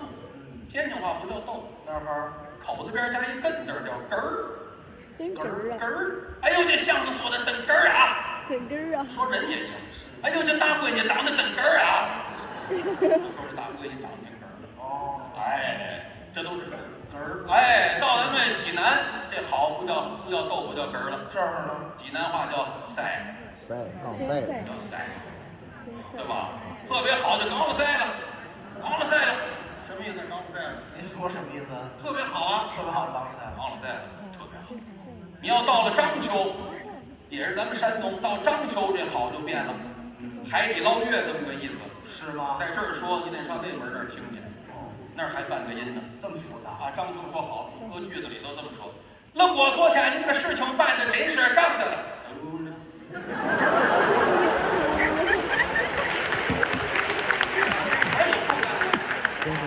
真是像。干的，咱这刚了赛的，干的。哎，好嘞，这是没人。啊，你要到了南方这好，有地方叫呱呱叫，呱呱叫啊，再往南的时候，有时候这好啊叫顶呱呱，顶呱啊，这都顶呱呱了，这好不到哪儿去，是吧？所以说各地的方言呢就不一样，再往远这好就不叫好，叫 nice。嗨，说是外国呀？哎，外国，对了，外国也有外国的语言，那对，说相声的也得进行研究。啊，您不是刚从外国回来吗？是，您不是一海归吗？这个海归呀，这不叫海归，您甭您也属于海外巡演归来啊，对吧？是海归。作为海归，你有什么想说的？我海归不能太离了水呗，太离了水。海外归来之后有什么感想？我跟你说，我跟大伙就不客气了，您实话实说，我都拿您当自己人啊，就是家人家里人，哪儿，这不是娘家人啊，你别给我打，真的哪儿都不如咱们国家好。哦，平心而论，确实说的有道理啊。为什么呢？他不自在呀，不自在，不自在啊，老给他锁屋里头。他那个意思是什么呢？各方面呢都不自在。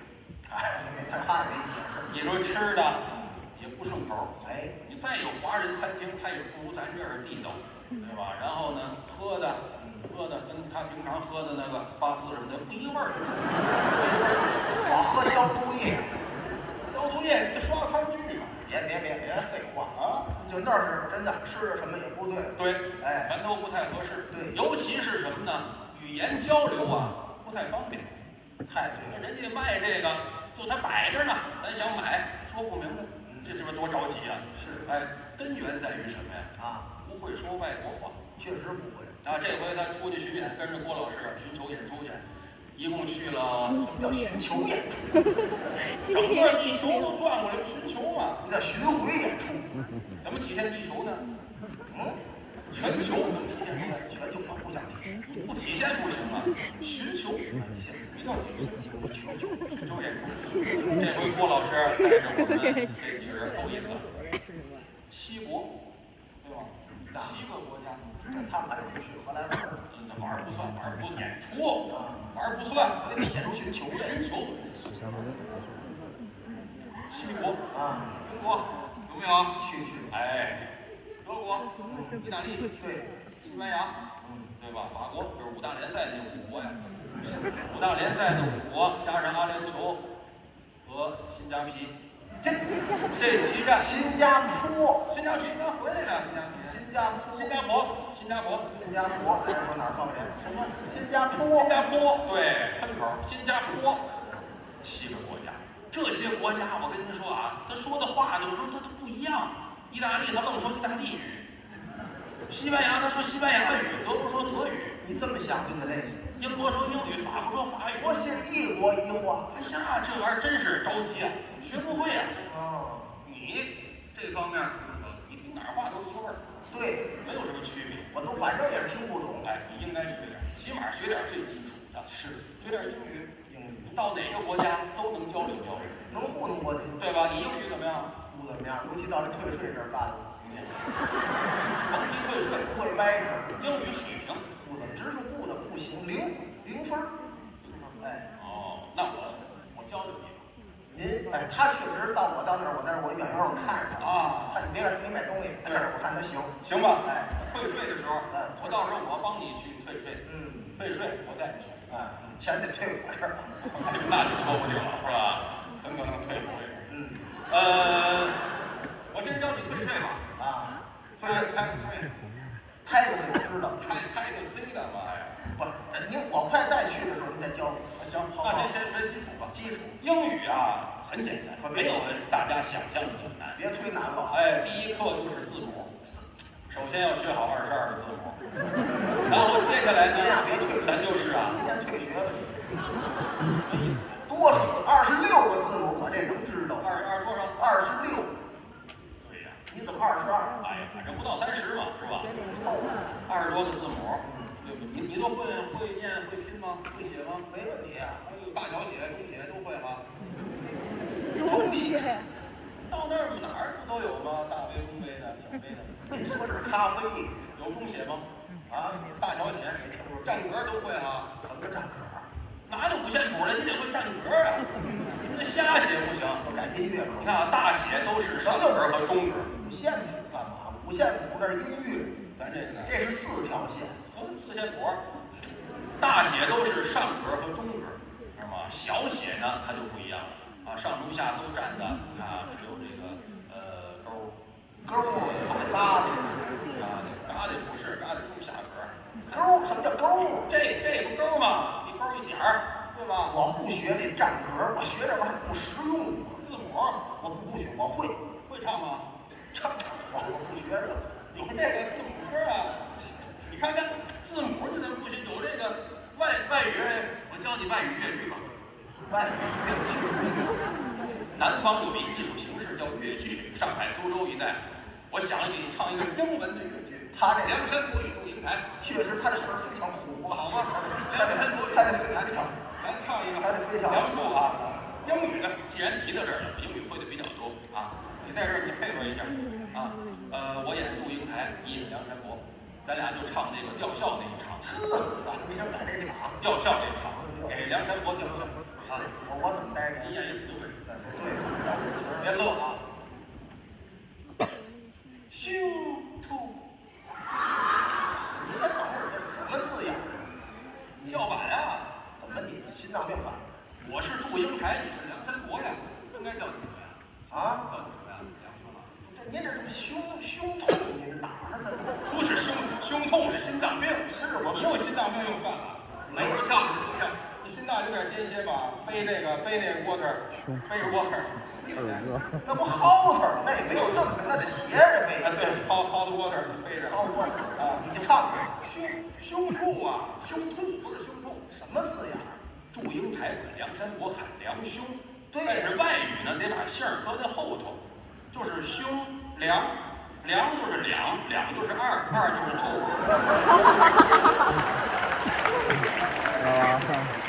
Mr.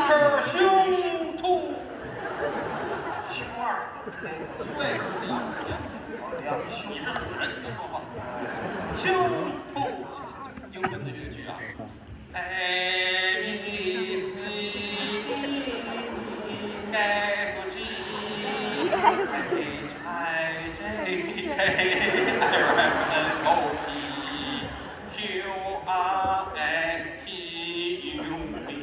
W 行了，哎，咱也别受罪了，去，咱别受罪，怎么受罪呢？这跟越剧都没关系，您这叫 ABCD 的歌，跟英语有关系。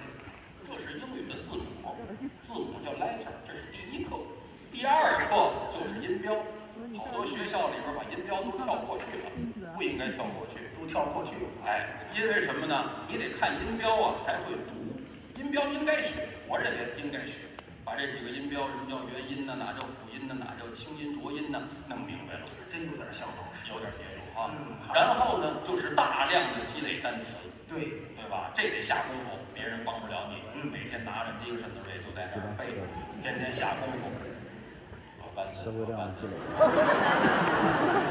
字典也不谁编的，第一个词儿就是我班的，他老让你放弃。听说现在改成第二个词儿了。就得下功夫，一天背30个，第二天还得是这30个，记住喽，再背新的，这就60个，不能忘，对吗？没事，你散步一天30公里的时候，你就背这个背单词。我一天30公里，对啊，家伙，下个月我去云南了，去云南你得回来1600步1公里你没事你就练练，大量的记单词会多少？单词啊，单词。大小的有的没的，怎么也得3个，就会3单词啊？不可能，小孩儿还会好多呢。你这就是啊，好的用不上，你忘了。我谦虚，你词汇量绝对不止3，怎么也得4。哎呀，我考你吧，我说中文，你给我翻译英文啊？不是你教谁？很简单啊，考你。你好，问好。你好，哈。咱别起哄，不是英语吗？你要唱，你就大声唱进去。我让你翻译这你好，我有一个冒声儿。这模样穿冒声好看，怎么不好看呢？哎，冒声儿。你好，你好怎么说？你好就是 hello， 哎，这就一个了，重音在后边 hello。你那仨里不包括这个，对吧？还有一种说法，你好，你好啊，还有一种说法就是这儿嗨，你看这俩了。拜拜怎么说？拜拜。拜拜不英语吗？对呀，什么意思？再见。这仨了，中英互译，你看这都行。我也能教课，这已经仨词儿了。这就仨了。对呀，再加上原来这仨呢。对不对？原来我那仨。会的多了。苹果，刚才都吆喝了。iPhone。对呀，香蕉，banana，橙子，orange。呵，这压不了你了，你看看，6个。那个什么，那个桃，不知道。你看完了，我这第一课啊，lesson 1啊，教你桃啊，桃叫郭德纲的脑袋。算一个吧，给我乐了。乐哎，拿人开玩笑，是有乐的。郭德纲脑袋。怎么样？这桃主不是这么说，桃第一听着啊，英文啊，桃叫吃屁吃，吃的东西。桃啊，屁吃。哎，对，英文就是倒装，弄不好就装反了。屁吃，哎，好。西瓜，西瓜不知道。西瓜姓什么 ？watermelon， 西瓜。你看，对了，你干对了。谢谢，这都我笑口，您是吧？行啊，有点意思。冰箱，买西瓜搁冰箱里。不行，我吃炸蟹。不会叫你啊，冰箱叫 fridge。Please read after me, fridge. Please read after me. 真是有点哈，好了命。好玩儿。fridge。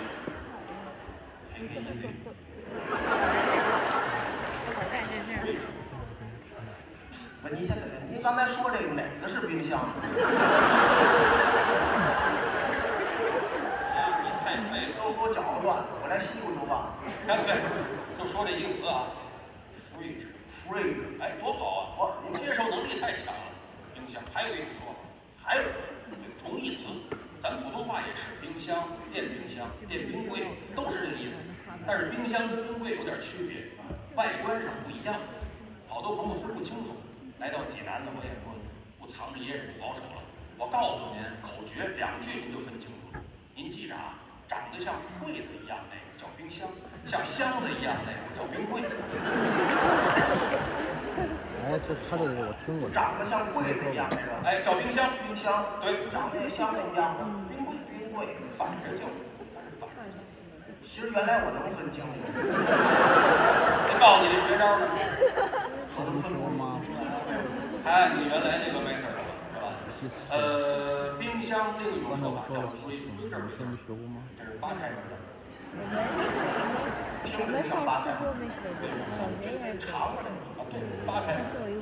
refrigerator， 哎呦，注意你的 stress。refrigerator， pay attention to your stress。重音。refrigerator， 说相声多无意义，就是飞翔嘛。refrigerator， 注意你的 stress。stress， 哎，好。行，有点意思啊，这接受能力真强啊！刚才那说法叫 free， 桃儿 peach， 西瓜，没记住。别时尚人啊！要是我逃不过。对，一提这冰箱这说法啊，勾起我点想法。你看这个 refrigerator， 这都属于美音，虽然都叫英语啊，英音跟美音还是不一样。美音就是儿化音，儿化音。refrigerator 就是儿化音，英音说这个词啊，它不是这样说，英音都是绅士风度，一说这个词啊，声音比较靠后，叫 refrigerator， 它靠后。这别老瞧不起来，就你老看不起我。英音都是穿着西服，戴一礼帽啊，拿着这个讲义，一讲起来非常有意思。是吗？啊，您来的成对儿的，英音的啊，礼帽摘下来，眼镜摘下来一放，还看得见。装上去。哦 ，Hello everybody, good evening, ladies and gentlemen. 外国没路子，这大老爷们叫路子。你管叫乐意啊？不是你这乡亲们什么意思啊？哎呀，什么都不懂，乡亲们呢，就跟我原来是一个村的，我们就是乡亲们。后来呢，我要到城里发展了，卖豆腐啊，卖豆浆。我没让你这儿解词。你问什么叫乡亲？我说你这外国话，这乡亲们这什么意思？您的意思，英语演讲稿当中有一个中国词语“乡亲们”，这怎么解释？知道怎么回事吗？您说错了。行吧，你掐死我。说错了嘛 ，Ladies and gentlemen， 女士们、先生们，啊 ，Lady L-A-D-Y， 女士，复数就把 Y 去掉，变成 I-E-S， 一帮老娘们儿。英语吗？英语后边呢，这单词弄完了就是什么 grammar 呀、sentence 啊，然后是写作文就行了。我写不了，我就学点简单单词。听说读写，英语教你那几个，你先记着啊。没问题，你先记着点。没问题啊，记住了。对，怎么样？这回怎么样？什么叫怎么样？有点收获吧？不错。哎，就是您这个，他这个不光是假的，他有点真的。哎，假的干嘛？都是真的，都是真的，越剧都是真的。很越剧。你看看，哎行，别的国家话呢？也行啊，是吗？教你我最拿手的哪国话？中国话。不是除了中华以外，哪国话？华国话。好，嘴里有头发我看。华国话，那叫法国话。法国话，要不你不去了吗？我去。对呀，我问你这法国话应该怎么说？法国话。法国话，华国话，法国话，法语，对，法语，我说的相当的漂亮，说漂亮。法语有个法国，我经常去啊，对吗？法国首都巴西，我在那儿。法国首都干嘛？是巴黎。有没有个巴西？巴西是别的国家。巴西呀，Brazil 啊，巴西我也去过呀。法国首都巴西。我在那儿呢，巴西，我说的是法语的发音，你说那巴黎是译音，法语说巴黎就是巴黎，这是法语的发音。这么说啊，这您真假我也不知道。你怎么不知道呢？巴黎，咱就说巴黎吧，巴黎有个标志性的建筑，对，有个塔，哎，大雁塔，它是在大雁塔在咱们西安呢。这里不让吸烟，开车不可录的电子烟啊，吸烟请到外面去。法国这塔不是大雁塔，比大雁塔还有名啊！大雁塔在国内啊知名度很高，它那塔呢世界上都知道，比大雁塔字儿多，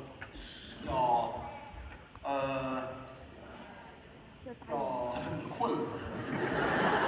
法国那一个字儿都想不起来。埃及金字塔，对，那不法国埃及金字塔，那不埃及的吗？埃及金字塔，他们关于有个埃菲尔蛋塔，埃菲尔铁塔，对，埃菲尔铁塔在那儿，大铁架子就是。原来我就在那儿住，我住的铁塔区，当时没得去，你怎么没得去？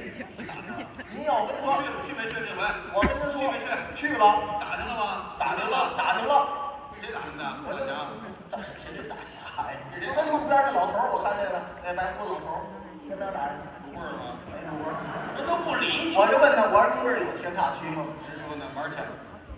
对呀，人家不爱理你那是啊。你刚说那个大雁塔，中国陕西省西安市雁塔区，对吗？对，它那一样啊，法国巴黎市铁塔区。大雁塔在雁塔区，这不都铁塔在铁塔区吗？同理可证，对不对？你不懂，原来我就住那儿，我住7个多月在铁塔区，后来我搬进巴黎圣母院，搬进母院区了。着了，我就铁塔区我都快信了，这母院区我又不信。你怎么不信？你看下回请你上我这儿报告故意。我呀，我这儿先给你说。法国话我说相当的。是吗？对，那你展示展示，说着法国话，你展示展示。我前些日子我们不是法国演出去吗？从那儿回来之后，我还真写了一段。听说读写是最高境界，创作。写了一段小短文，叫《巴黎的早晨》。睡不着觉，倒时差。早晨我出去遛弯去，巴黎的早晨。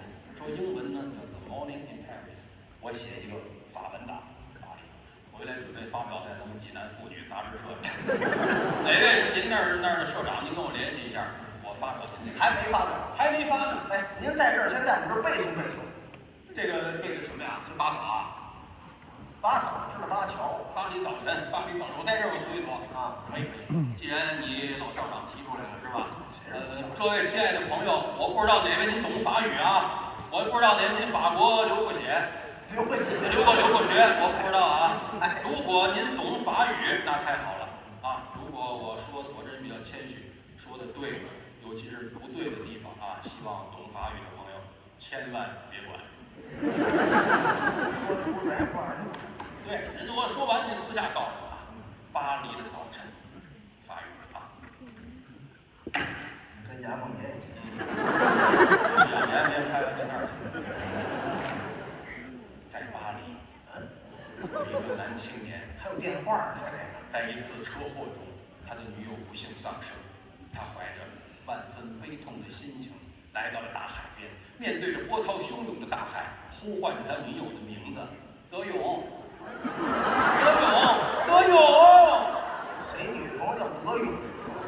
这是我这帽，后边就是巴黎的早晨。我就主要听后边那个。你懂法语吗？那就好办了。骗子！好像是个魔，你看听过不？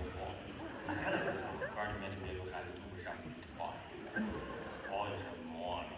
但是我们看的孩子是来比我的魔，在手里就是这么的单纯。有掌声聊聊，谢谢大家。这是第1段，后边还有70多段，就不一一给您。好家伙，不必。这个啊，老师您好，您教教我这个，学这个，我学这个。哎呦，那太好了，好不好？这是你的荣幸。来一句你教教我。可以呀。我觉得你这说的不错，流利不流利？流利。你这说的挺流利，而且声音什么的都有点赵忠祥老师的感觉吗？跟赵忠祥有什么关系？朗诵的感觉。朗诵，来是来覆盖大地，从青春来，棕熊又到了他们的，反正就是咱行。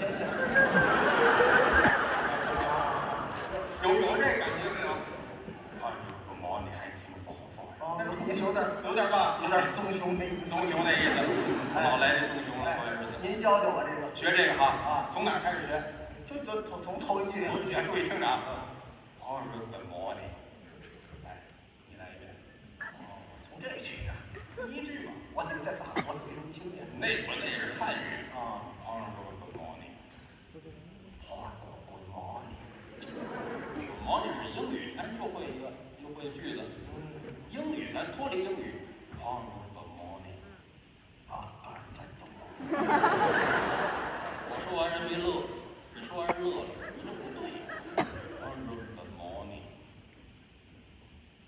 你更不对了，这没出音啊！不说的也乐的，没出音啊！那没出音儿，你慢点说，慢一点啊！好日本魔呢？听还滚猫呢？你再慢点。有鼓这音吗？有鼓吗？滚猫呢？有鼓吗？我说鼓了吗？滚猫呢？我得唱呢，我都没说呀！你别乱了。好日本，哎，这德语是这就够我喝一壶了。好日本魔呢？本魔，你再慢点。好日本本魔呢？哎呦，谢谢您的配音啊！谢谢你啊，有日没喝开了。好日本本魔呢？有一个人放那个音乐，慢了，你再慢一点。还慢啊？慢点，法国人就听不懂了。朋友们，如果你不忙呢？这是法国话。朋友们，如果你不忙呢？就人家朋友们要都挺忙的，人都有事儿，我非得摁着给人教法语，那哪人家不忙？尊重人。法语在哪呢？第二句，我听第二句，还是听我好好像不像？什么叫像不像？像不像三分样？像不像是法国人说的？跟纯正法语一样吗？还是听我好好还真有点三分样，样不样？啊，还是听我好好啊，还是听我好好再慢点，再慢点，声音太小。还是听我好好嘿，你再慢一点。干脆彻底慢下来啊！还是听我把话发呀！你有点太慢了。说法语，发话用法语发话，发话。我这没人给我还得读分，这个说得快，流利吧？啊，我这没人给我还得读分，the important word 得读分。哟，这就有真有假这劲儿啊！关键英语要不要拿英语干啥？关键词得读分，我这没人给我还得读分，得读分。对，呵，不错。你再慢一点。我这没人给我还得读分。不是你再慢一点。哎，这头对了啊！我是每天必须喝老豆腐。The important word 老豆腐。我听着像老豆腐。大胆的说。再慢一点。烧饼油条花呀！烧饼我听出来了，烧饼我听出来了。还有烧饼，这就是进步，这就是进步。后边烧饼油条花呀！油条我似乎也听出来了。就是那个饼，花这摆着。哦，摆着。烧饼油条花呀！后边呢？花也很毛呢。什么？难点啊！哦，疑难句啊！花也很毛呢。再慢一点。花也很毛呢。什么？花也很毛呢。不懂。服务员是很忙的。我弄。后边还有端着烧饼拿着饼在喊，我听出来了，是不是？端着烧饼，拿着饼在喊，对，是不是？喊什么？这是谁买的饼？哦，这是谁买的饼？我说这是我，还有仨烧饼酱油条，仨烧饼油条。最后一句，吃完了，盘碗都拿去吧。这连着说呢，跟法语一样。咱听听。朋友说不毛的，还听我包好话，我这没喝了豆腐烧饼油条包一包饼很毛的，拿着烧饼在饼在喊，这谁买的饼？我这是我，仨烧饼酱油条是吧？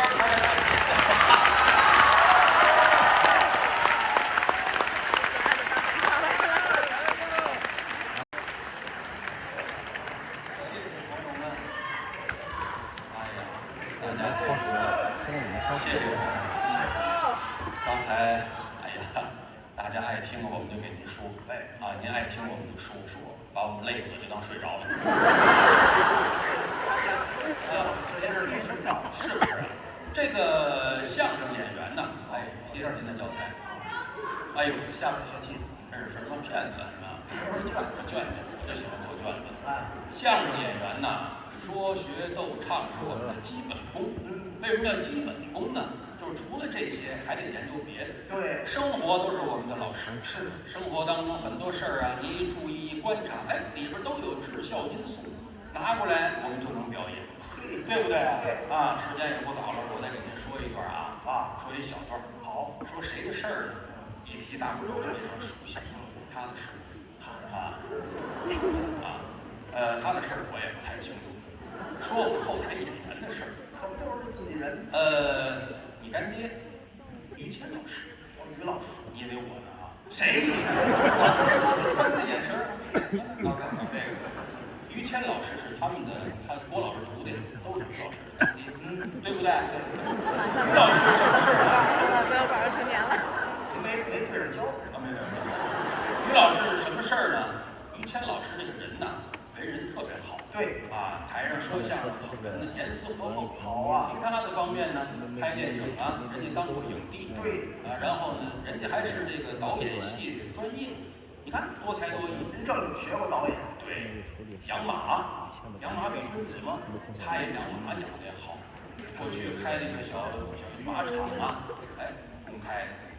后来对外的公开，然后自己呢品茶，对吧？文玩啊，于谦铺子他都行啊，经常直播卖东西，哎，让大家呢叫分享好物，自己在家呢还教大家瞎做饭，是吧？什么叫瞎做饭？我看那评论区，反正那个什么，那叫做瞎了，做瞎了，哎，热爱生活，对好坏各一边喜欢。现在人家于谦呢，我给讲出哪四个功成名就，虽然岁数不是很大，50多岁，功成名就，要钱有钱，实话实说啊，要地位，全国都知道。于老师原来不行，原来老有一种虚荣心。您得理解，因为什么呢？90年代初啊，那个时候相声这行业都滑坡，于谦那时候小演员更没人找他，滑坡怎么办呢？他自己老是，哎呀，没人找我演出。但是他的朋友都觉得他很忙，虚荣心嘛。谦儿忙什么呢？演出呢，一天6个学，一天2场演。其实在家待了多半年了，没人找他，虚荣心。什么年代呢？济南我不知道啊，应该也全国都差不多。那个时候哪年说不清啊。固定电话进家庭，座机，对，家里安座机，就那当有座机。北京呢、天津都是先交出装费。对，弄3、5千块钱，攒好几个月，给电话局送钱，他给你开个单子，发你一个电话，搁在家里装上，不能在家打电话了。对，实现电话自由。喂，打电话。就那个时候，家家刚装电话时候，于谦也弄一个，搁这儿了。他在家里头，哎呀，等人找他演出啊，没人找。等到第4天，外边真来人了。在家待着，有人敲门，第一反应谁呀？或者直接开门去也行。于谦过去，有人敲门，从桌子上把那电话拿起来。哎，没人给他打电话。哎，等会儿再说啊，外边有人敲门，可能也是找我演出的啊。装模作样。等会儿你别挂啊，别挂，搁边上了。得给那外头开门还敲着呢，把门打开之后，坐，喝水，自己喝水。哎，咱说咱的，来俩人啊，可能也是找我演出，还没了解过呢。咱先说咱这个，香港我还真没去过，我愿意去香港。哎呦，8万块钱是不是少点？还少？哎呦喂，我要港币啊！行，说相声，我就是说相声。说相声都不会讲笑话嘛，你可真成，哈哈哈哈！我跳舞就算了，我也给8万，那我愿意去呀。哎呦，见钱就走。我有霹雳手套，霹雳舞，我有霹雳手套，我自个儿绞的。露手指头那个，我自个儿好极了，我学过。哎呦，您放心吧，我会的舞太多了，兰陵王入阵舞、欧罗巴拉巴舞、阿娃西舞，还有霓裳羽衣舞，最好的就是霹雳舞。老板我特别好。行，明天8点我等您，我等着您行，我穿一粉西服，您是绿西服哈。行，咱俩走大街没人敢惹咱。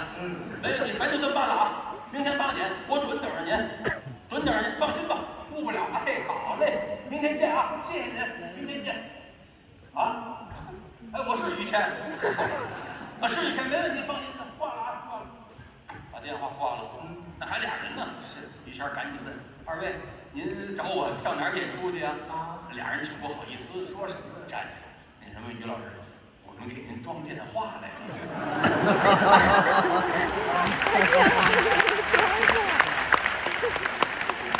这还没装上呢。哦，这才真是活知道吧？他这是强项。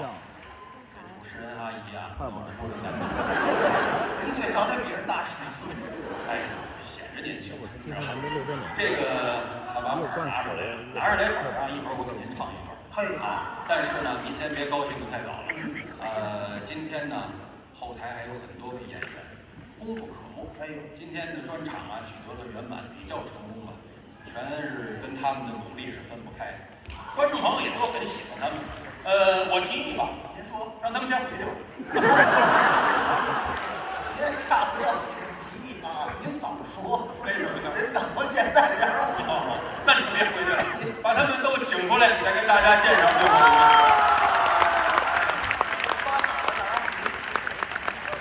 上台，我再给大家做一隆重的介绍。您要怕记不住，您录一下啊。我给大家引荐引荐啊。这第一位呢，就是我们这儿眼睛最大的一位先生，侯小楼。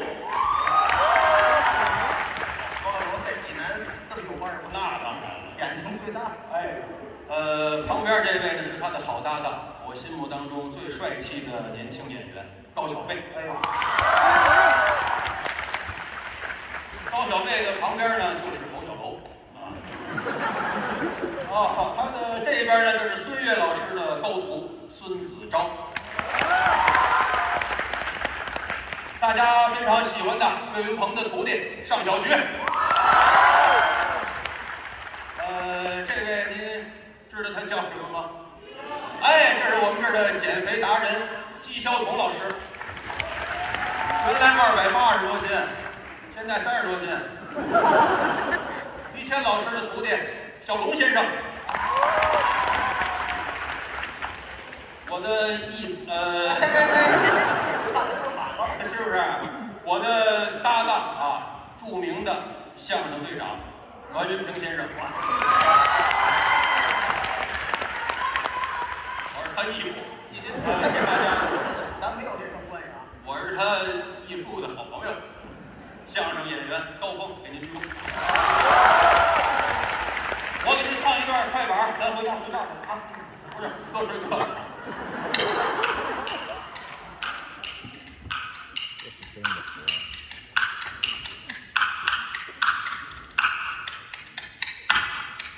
山连山，山绕山，山山不断。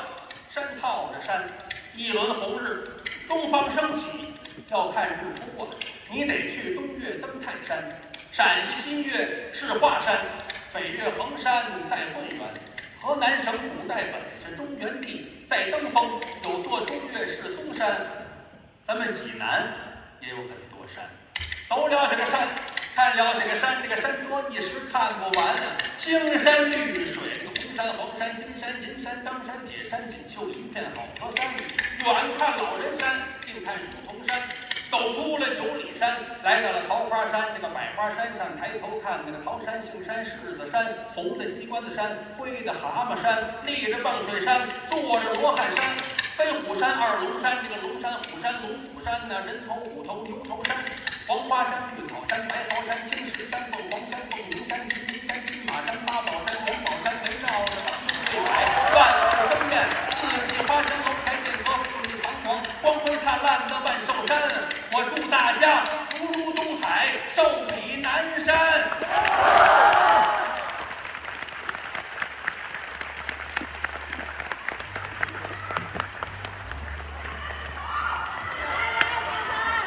今天的演出到此结束，感谢您的光临。